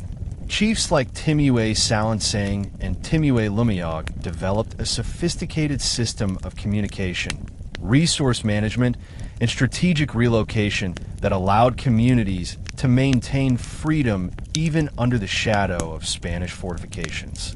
These leaders understood that the key to survival was mobility and foresight rather than direct confrontation. Families could relocate temporarily along hidden forest paths, using rivers as highways for the transport of essential goods, including rice, tools, livestock, and ritual objects. Scouts and messengers moved ahead of the main party, ensuring the community avoided ambushes, tribute collectors, or patrolling soldiers. Every movement was deliberate, reflecting a deep knowledge of terrain, seasonal cycles, and the psychology of the colonizers. The Balian were indispensable in coordinating these relocations. Figures like Gawahan combined spiritual insight with practical knowledge, interpreting visions and natural signs to determine the safest paths for relocation. They advised families on which rivers to follow, when to travel, and how to preserve sacred rituals during displacement. Hidden bucklog ceremonies reinforced communal bonds and maintained continuity of culture, even as communities temporarily abandoned their permanent settlements. In this way, the Balian ensured that the Subanen retained both identity and spiritual guidance, which were as critical to resistance as any defensive strategy. The integration of ritual and mobility highlights the uniquely holistic nature of Subanen resistance. It was at once physical, cultural, and spiritual. Strategically, the Subanen also manipulated perceptions of the Spanish. By leaving behind abandoned fields, temporary shelters, or decoy villages, they created the impression of compliance or withdrawal, while maintaining control over key resources and sacred sites. Spanish reports frequently noted villages fleeing or resisting baptism, failing to realize that these were intentional tactics designed to preserve life, autonomy, and cultural continuity. Oral histories recount how chiefs coordinated these movements across river valleys, ensuring that even if a particular village was temporarily exposed, neighboring communities could offer refuge, food, and spiritual support. This decentralized network made it nearly impossible for Spanish authorities to enforce permanent control over the interior regions. Beyond relocation, the Subanen demonstrated resilience through covert acts of resistance. Warriors, guided by the chiefs, would protect river crossings, monitor strategic passes, and intercept small raiding parties or tribute collectors. Even without engaging in large-scale battles, these actions ensured that Spanish influence was limited and often temporary. At the same time, chiefs engaged in selective negotiation with Spanish officials, accepting trade goods or gifts as necessary for their communities while refusing to surrender autonomy. This careful combination of diplomacy, tactical defense, and cultural preservation created a multi-layered system of resistance that integrated every aspect of Subanen life into a defense strategy. The rivers themselves were central to these efforts, functioning as both natural boundaries and communication corridors. Rivers allowed villages to relocate quickly, transport resources, and maintain contact with neighboring valleys. Oral traditions describe messengers navigating tributaries to deliver warnings or instructions, ensuring coordinated movements across wide areas. This system turned the natural environment into a living infrastructure for resistance, embedding strategy into the landscape itself. Mountains, forests, and rivers were not obstacles. They were allies, forming a protective network that supported both survival and cultural preservation. Through these methods, the Subanen demonstrated that resistance was not defined solely by combat, but by endurance, intelligence, and cultural continuity. While Spanish forts and missions symbolized power and domination, the real strength of the Subanen lay in their rivers, forests, mountains, and the wisdom of leaders and shamans. By combining tactical relocations, spiritual guidance, and cultural preservation, the Subanen created a resilient society capable of withstanding centuries of colonial pressure, ensuring that identity, traditions, and autonomy survived intact. This holistic model of resistance shows that true freedom can be defended not only with weapons, but through knowledge, memory, and the careful cultivation of culture. The Subanen resistance in Misamis was not just about survival. It was also about coordinated acts of defiance that preserved identity, culture, and autonomy across multiple river valleys. Chiefs, such as Timuay Salangsang and Timuay Lumayog, worked in tandem with local warriors in Balian to create a resilient network that spanned mountains, forests, and waterways. Communication between communities relied on rivers as natural highways, where messengers navigated the tributaries to warn neighboring villages of approaching Spanish patrols or raiders from the sultanates. Scouts were stationed along bends and crossings to observe movements, report suspicious activity, and ensure that families could relocate swiftly. The Subanen understood that visibility could be dangerous. Therefore, all movements were deliberate, synchronized, and concealed, reflecting a deep knowledge of the landscape and a commitment to preserving life while defying external control. The role of the Balian in these operations cannot be overstated. Women shamans like Gawahan combined spiritual leadership with practical strategy, guiding relocation efforts, interpreting omens, and overseeing the preservation of sacred rituals. The Bucklog, performed in hidden groves or along secluded riverbanks, maintained the spiritual cohesion of the community, reminding all members of their connection to ancestors, rivers, and land. These ceremonies also served as subtle acts of resistance, asserting the endurance of Subanen traditions even under the threat of colonial suppression. The Balian ensured that children learned not only spiritual lessons, but also practical knowledge, such as river navigation, forest survival, and the use of medicinal plants, blending daily life with resistance and cultural preservation. Across the valleys, the network of chiefs coordinated a variety of defensive strategies. Temporary relocations, diversionary tactics, and selective negotiations were all part of a broader plan to protect autonomy. Some communities left decoy settlements behind, making Spanish forces believe the area was abandoned, while others engaged in carefully calculated compliance, accepting gifts or trade items without surrendering authority. This flexibility allowed the Subanen to balance immediate safety with long-term independence. Oral traditions recount how these strategies were taught to younger generations, ensuring that every act of movement, negotiation, or ritual reinforced a philosophy that freedom was maintained not only through warfare, but through intelligence, endurance, and cultural continuity. The rivers themselves acted as defensive corridors. Communities relied on waterways to transport essential goods, relocate families, and maintain contact with other valleys. The natural environment became a living ally in resistance. Dense forests and mountain passes provided cover, while river crossings were monitored by warriors to prevent surprise attacks. Even when confronted by Spanish tribute collectors or missionary expeditions, Subanen communities could rely on their intimate knowledge of terrain and seasonal conditions to evade capture or delay confrontation. This synergy between strategic planning, environmental mastery, and spiritual guidance created a robust system of resistance that could adapt to changing threats. Resistance in Misamis also relied heavily on coordinated knowledge transfer. Elders preserved genealogies, historical accounts, and lessons from past uprisings, passing them orally to the next generation. Children learned stories of unnamed heroes, courageous warriors, and wise Timuay who had defied colonial forces for centuries.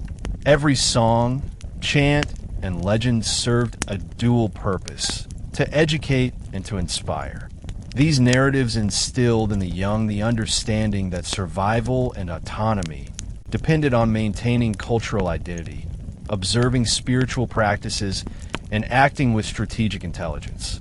By embedding lessons of resistance into the daily life of the community, the Subanen ensured that their autonomy was reinforced across generations, making it virtually impervious to outside domination. Through these coordinated efforts, the Subanen demonstrated that resistance was a multi-dimensional enterprise, integrating strategic relocation, spiritual guidance, environmental mastery, and cultural preservation.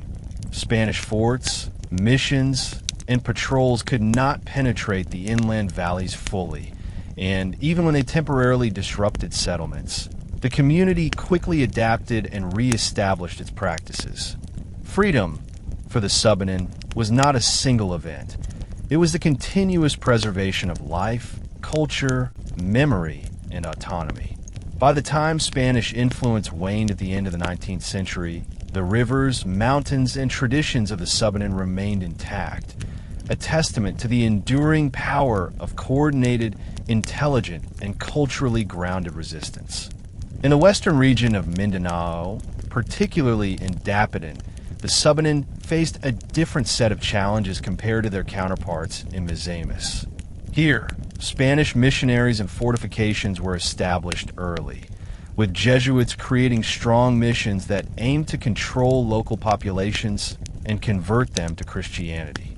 Yet, the Subanen communities in the river valleys surrounding Dapitan pursued a more subtle form of resistance, one that relied on intelligence, careful negotiation, and the preservation of cultural practices rather than direct confrontation. While some Visayan rulers, such as Datu Pagwaya, had allied with the Spaniards for political and economic reasons, the Subanen chiefs chose a path of quiet defiance. By moving their families inland, limiting direct interaction with colonial authorities, and preserving ancestral rituals, they maintained autonomy even in the shadow of colonial power. The strategy of selective compliance was a hallmark of Subanen resistance in Dapitan. Chiefs allowed certain trade interactions, accepting salt, beads, or tools from Spanish missions, but never surrendered authority or cultural independence. These gifts were treated as practical resources rather than symbols of submission. Oral histories recount families carefully retreating to the mountains after temporary interaction with missionaries, ensuring that material gain did not come at the expense of autonomy. The movement of families and goods was meticulously planned.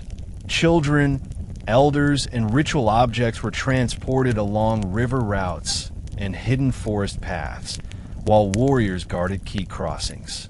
Every relocation served dual purposes.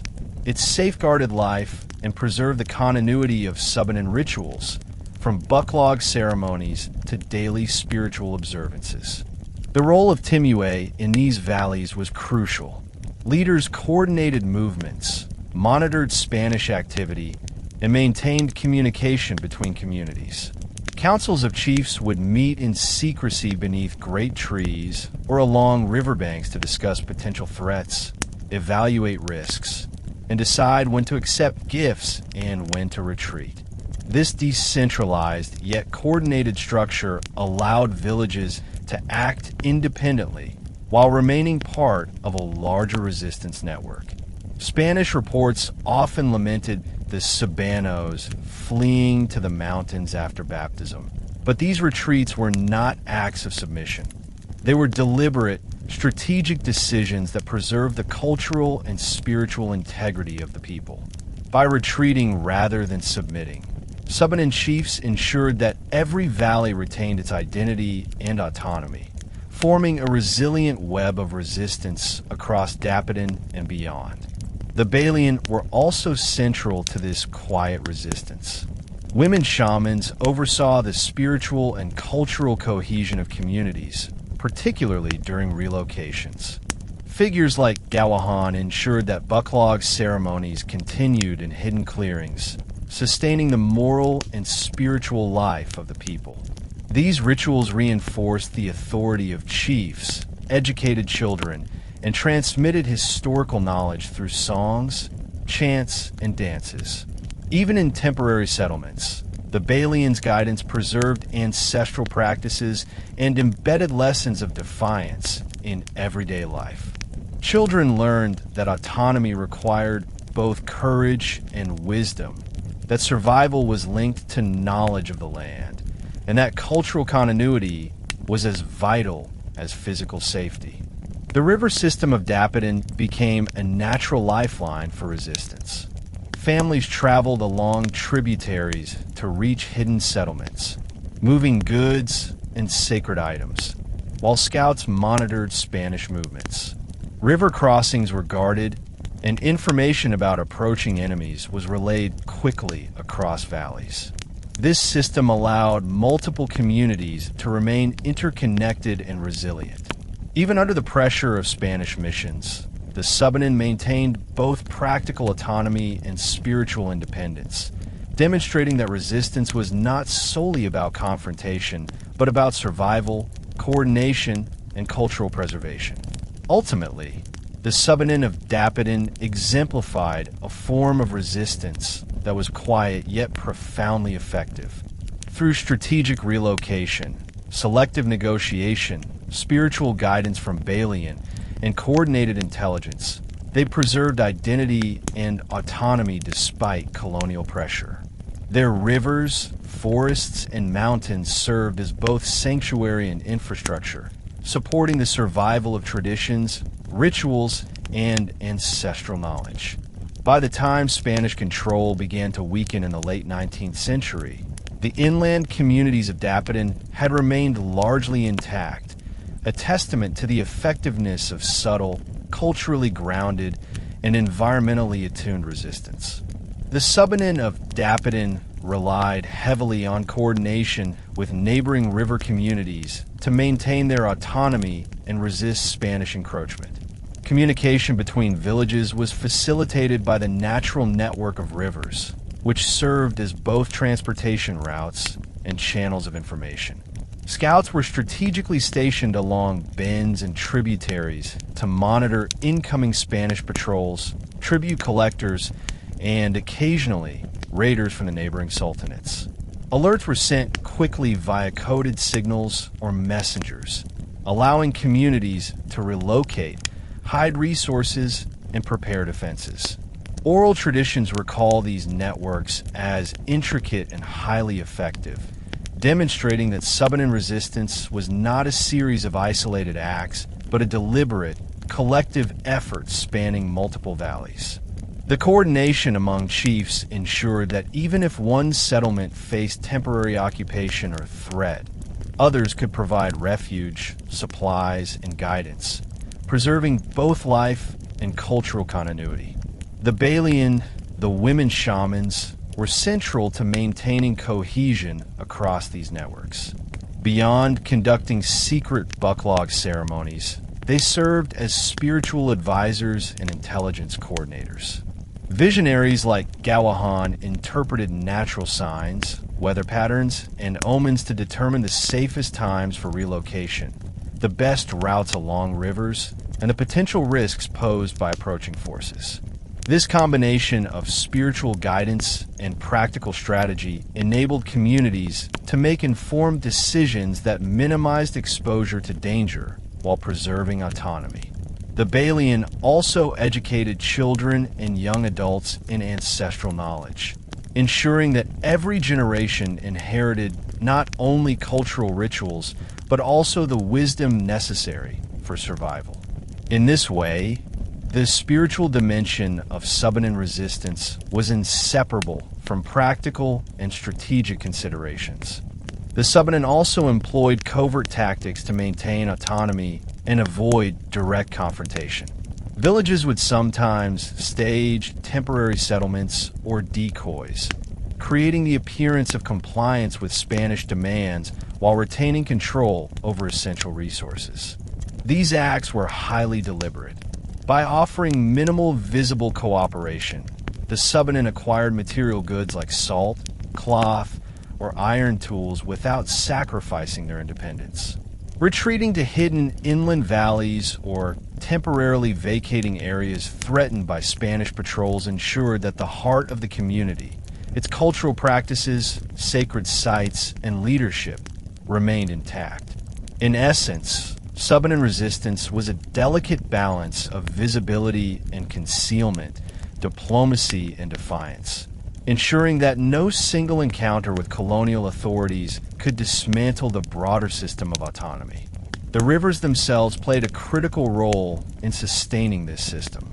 Acting as natural lifelines, they allowed families to move efficiently, carry essential goods, and maintain contact with neighboring communities.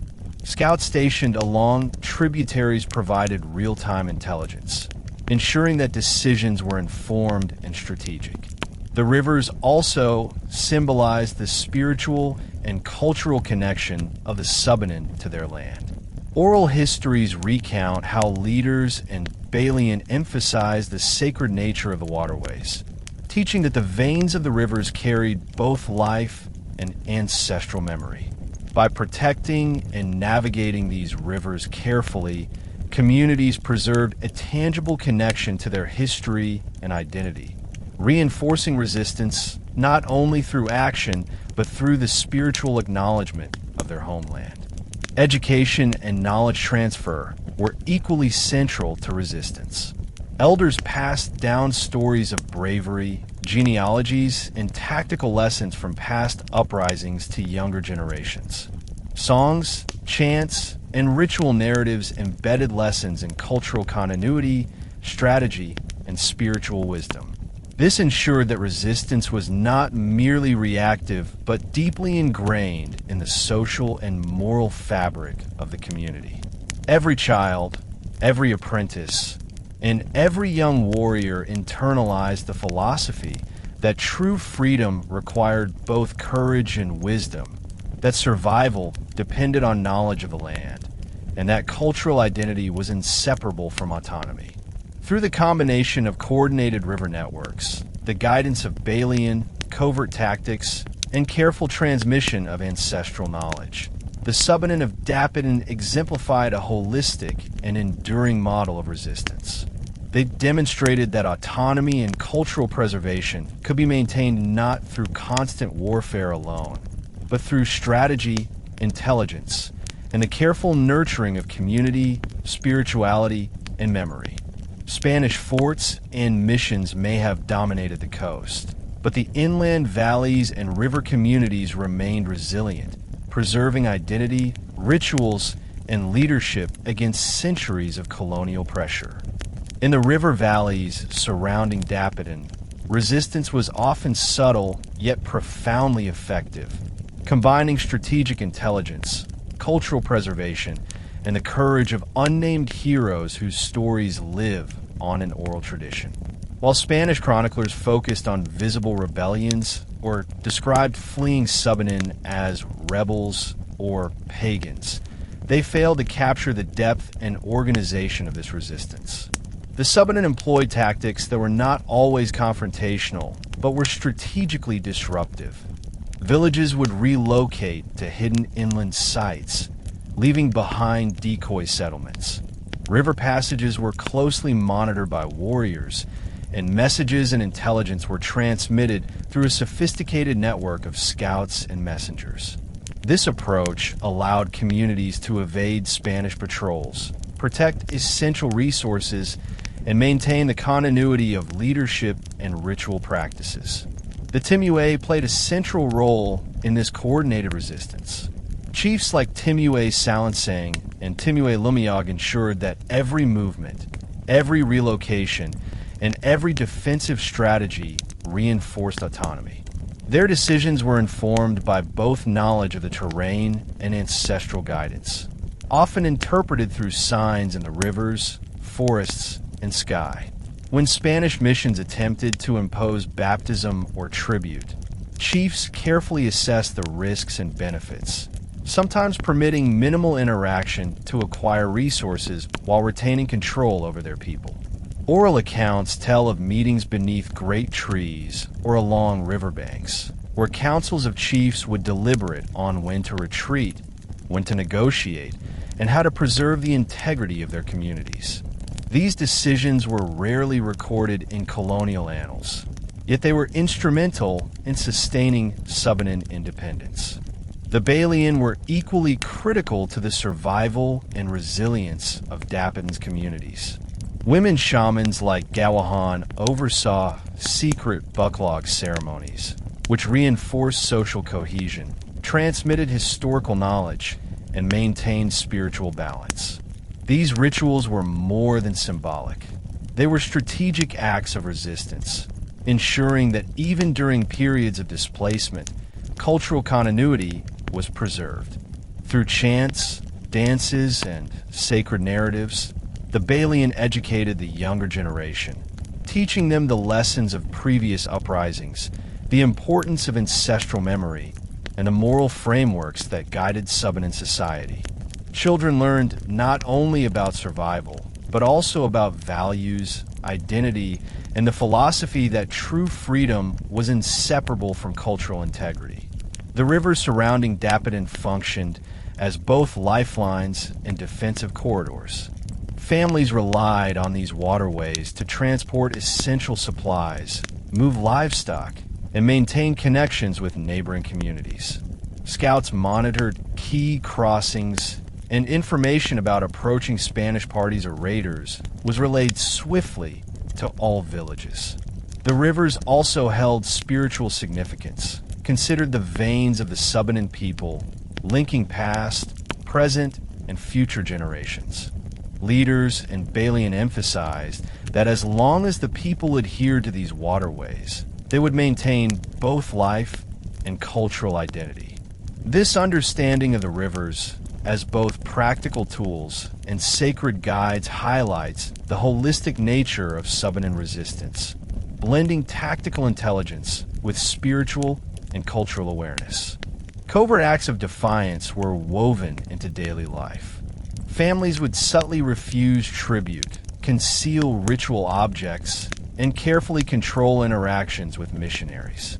Every act, no matter how small, reinforced autonomy and preserved cultural memory. Oral histories speak of unnamed warriors, parents, and elders whose courage went unrecorded by Spanish chroniclers, but was remembered and celebrated within the community.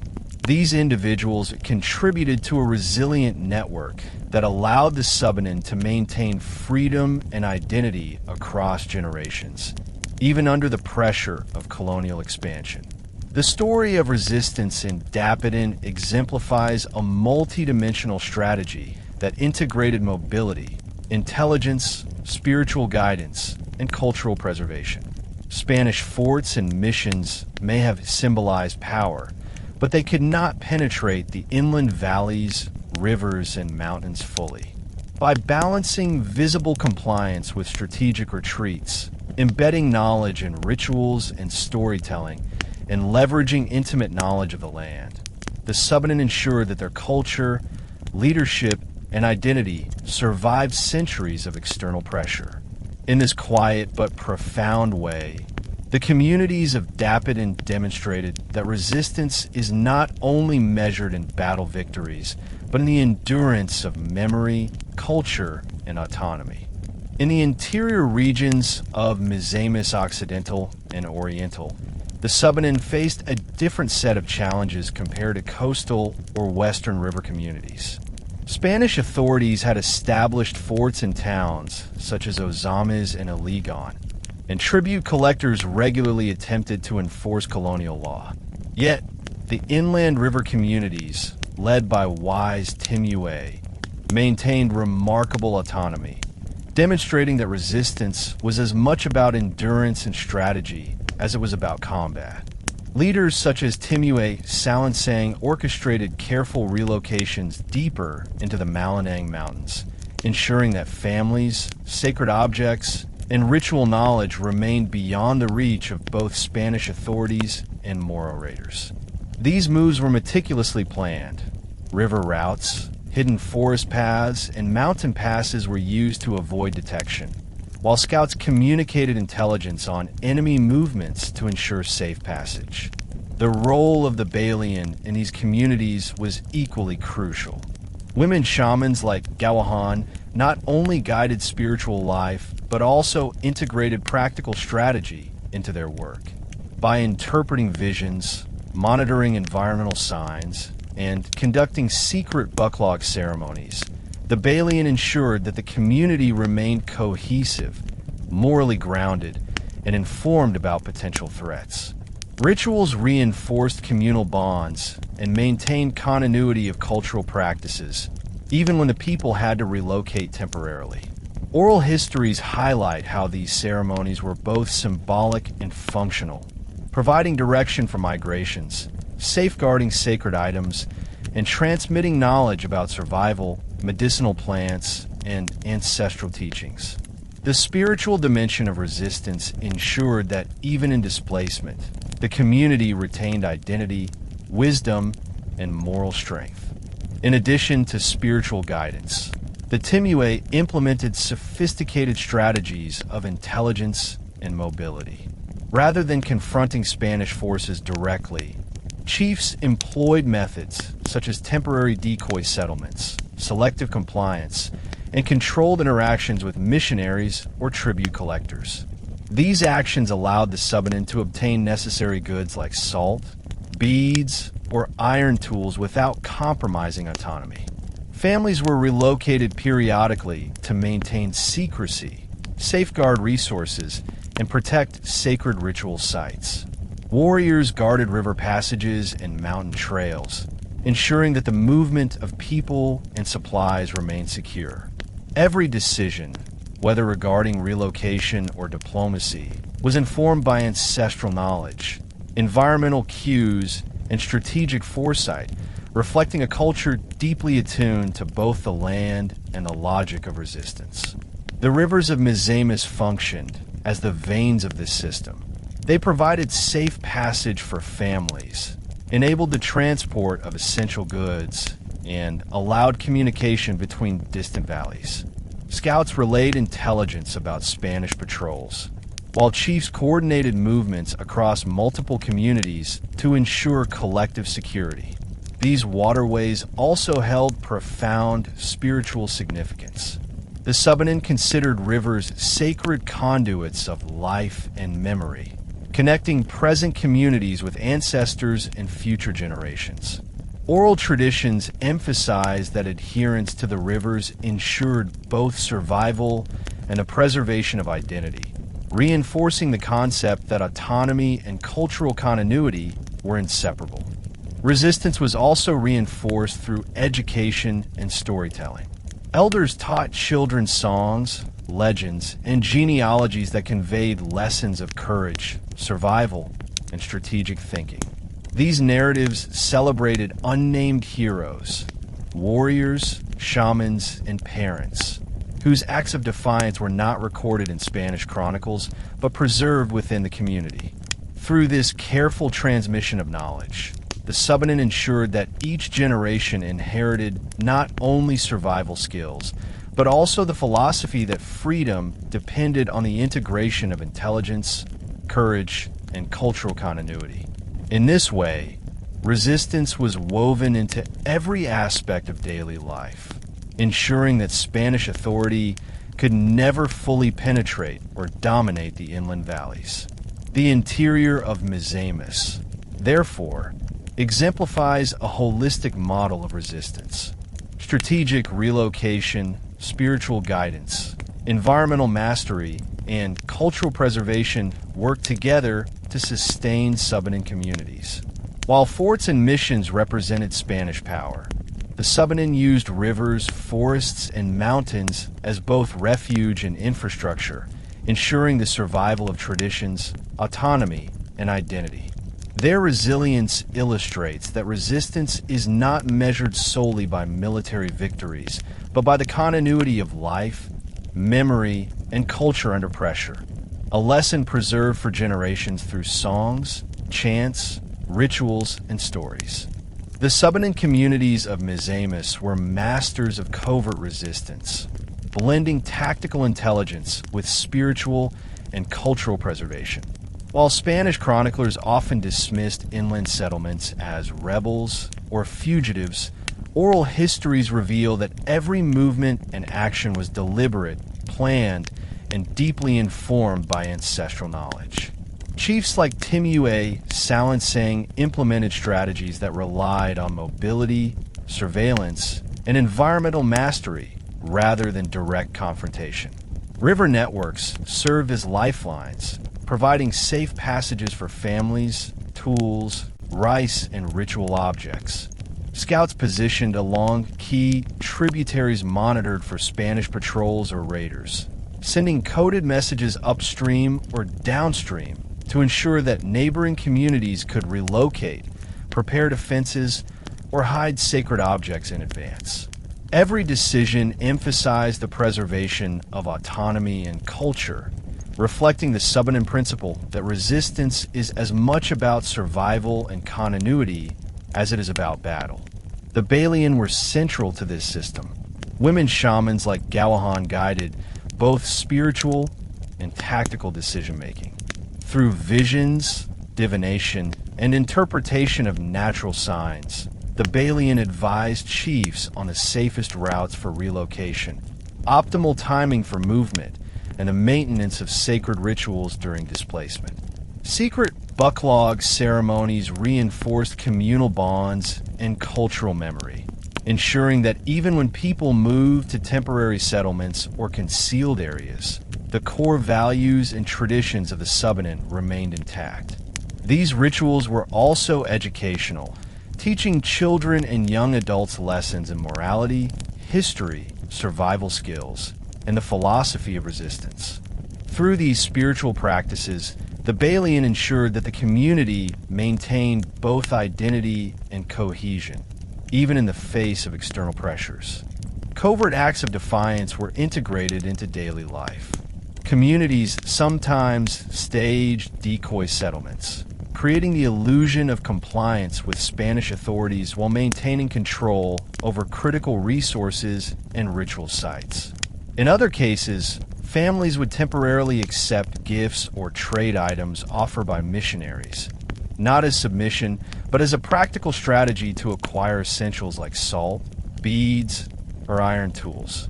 While some outsiders perceived these actions as concessions, within Subanen philosophy, they were deliberate tactics that preserved long-term autonomy and cultural survival. Even small acts, such as refusing tribute or subtly concealing ritual objects, contributed to a networked system of resistance that stretched across valleys, rivers, and forests. The rivers of Misamis were central to these strategies.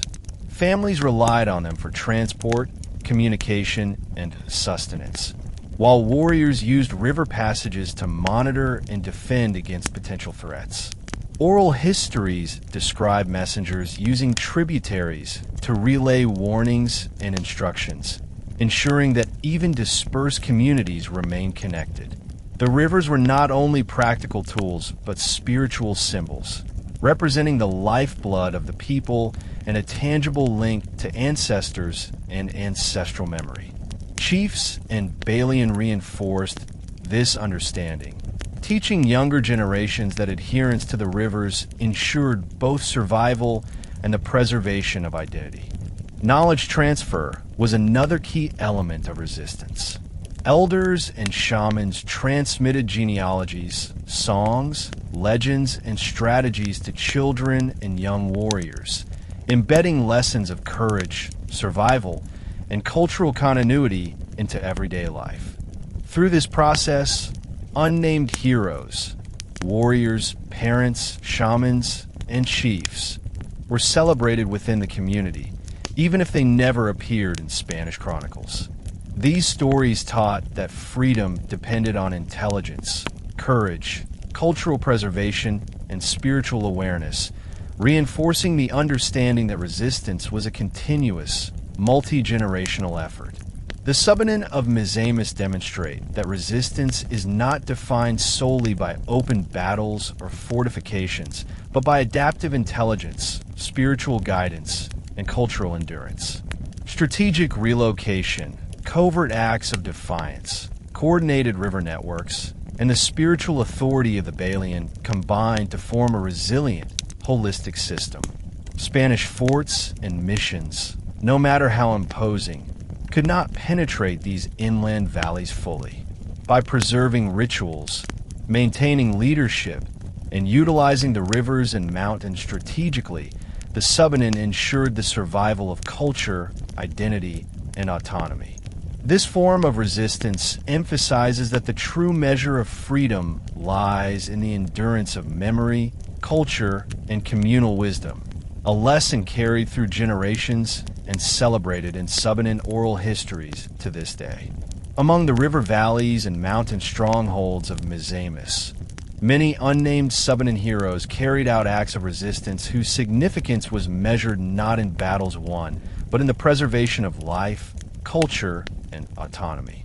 Spanish chroniclers often ignored these figures, labeling them simply as rebels or pagans. But oral histories provide a rich record of bravery, ingenuity, and wisdom. Warriors protected river crossings, guided families through hidden trails, and coordinated intelligence networks that spanned multiple valleys. These unnamed leaders understood that survival and cultural preservation were inseparable. Defending the community required not only courage with weapons, but also careful planning, environmental mastery, and the guidance of spiritual advisors. Chiefs like Timuay Salangsang coordinated these efforts, but the real work was carried out by a network of warriors, scouts, elders, and shamans whose names lived on only in the memory of their people. The Balian were central to these efforts, blending spiritual insight with practical strategy. Women shamans like Gawahan interpreted omens, guided relocations, and maintained the secret practice of bucklog rituals even in concealed mountain clearings. These ceremonies were not only spiritual events, they were educational tools, transmitting knowledge about survival, ancestral history, moral codes, and the philosophy of resistance. Children and young adults learned how to read the land, navigate rivers, and understand seasonal patterns, all of which were critical skills for sustaining autonomy. The Balian ensured that, even under the constant threat of Spanish influence, the community's ritual, knowledge, and identity remained intact, allowing traditions to survive for generations. The Subanen employed a range of tactical strategies to evade Spanish control. Families would relocate to temporary settlements hidden deep within forests or mountains, often leaving decoy dwellings behind to mislead patrols. Controlled interactions with missionaries and tribute collectors were carefully planned. Gifts of salt, beads, or iron tools were accepted when necessary, but never resulted in surrender of authority or faith. Scouts and warriors monitored rivers, passes, and strategic vantage points, ensuring that every movement of the community was deliberate and secure. These tactics combined subtlety with intelligence, demonstrating that resistance was not always visible but was profoundly effective. By avoiding direct confrontation and maintaining control over critical resources and sacred spaces, the Subanen preserved autonomy while reinforcing cultural continuity. The rivers of Misamis were central to both strategy and spiritual life.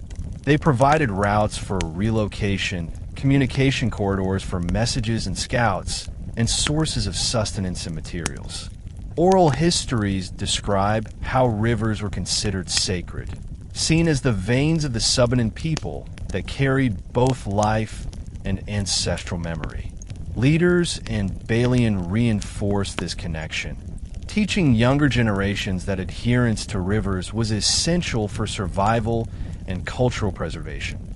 Families traveling along rivers were guided not only by physical landmarks, but also by spiritual understanding, ensuring that movement and strategy were intertwined with the moral and historical framework of the community.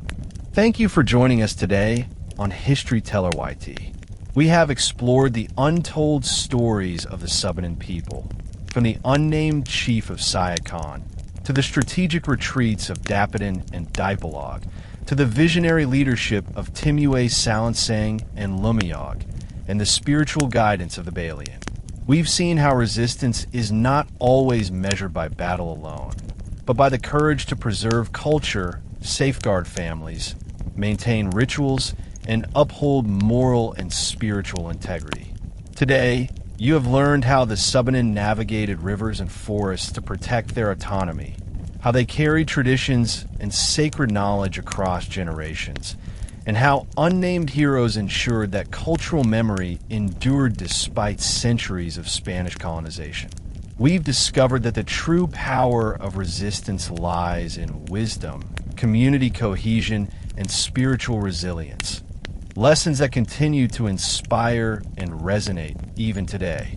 The story of the Subanen reminds us that freedom is preserved not only through force, but through culture, identity, and enduring memory. Every chief, warrior, Balian, and elder played a role in shaping a legacy that was carried in songs, oral histories, and the very land they inhabited. The rivers and mountains were their allies, and memory was their strongest fortress. If you found this story inspiring and want to learn more about untold histories, heroic figures, and remarkable cultures from around the world, make sure to subscribe to History Teller YT. Don't forget to hit the notification bell so you never miss a journey through time. Share your thoughts, your favorite moments, or any heroes you feel should be remembered in the comments below. Until next time, remember, history is not only what is written in books, It is also what is remembered, honored, and passed down. The Subanen remind us that courage, wisdom, and cultural integrity can endure across centuries. Thank you for listening, and we look forward to bringing you more stories of bravery, resistance, and human resilience here on History Teller YT.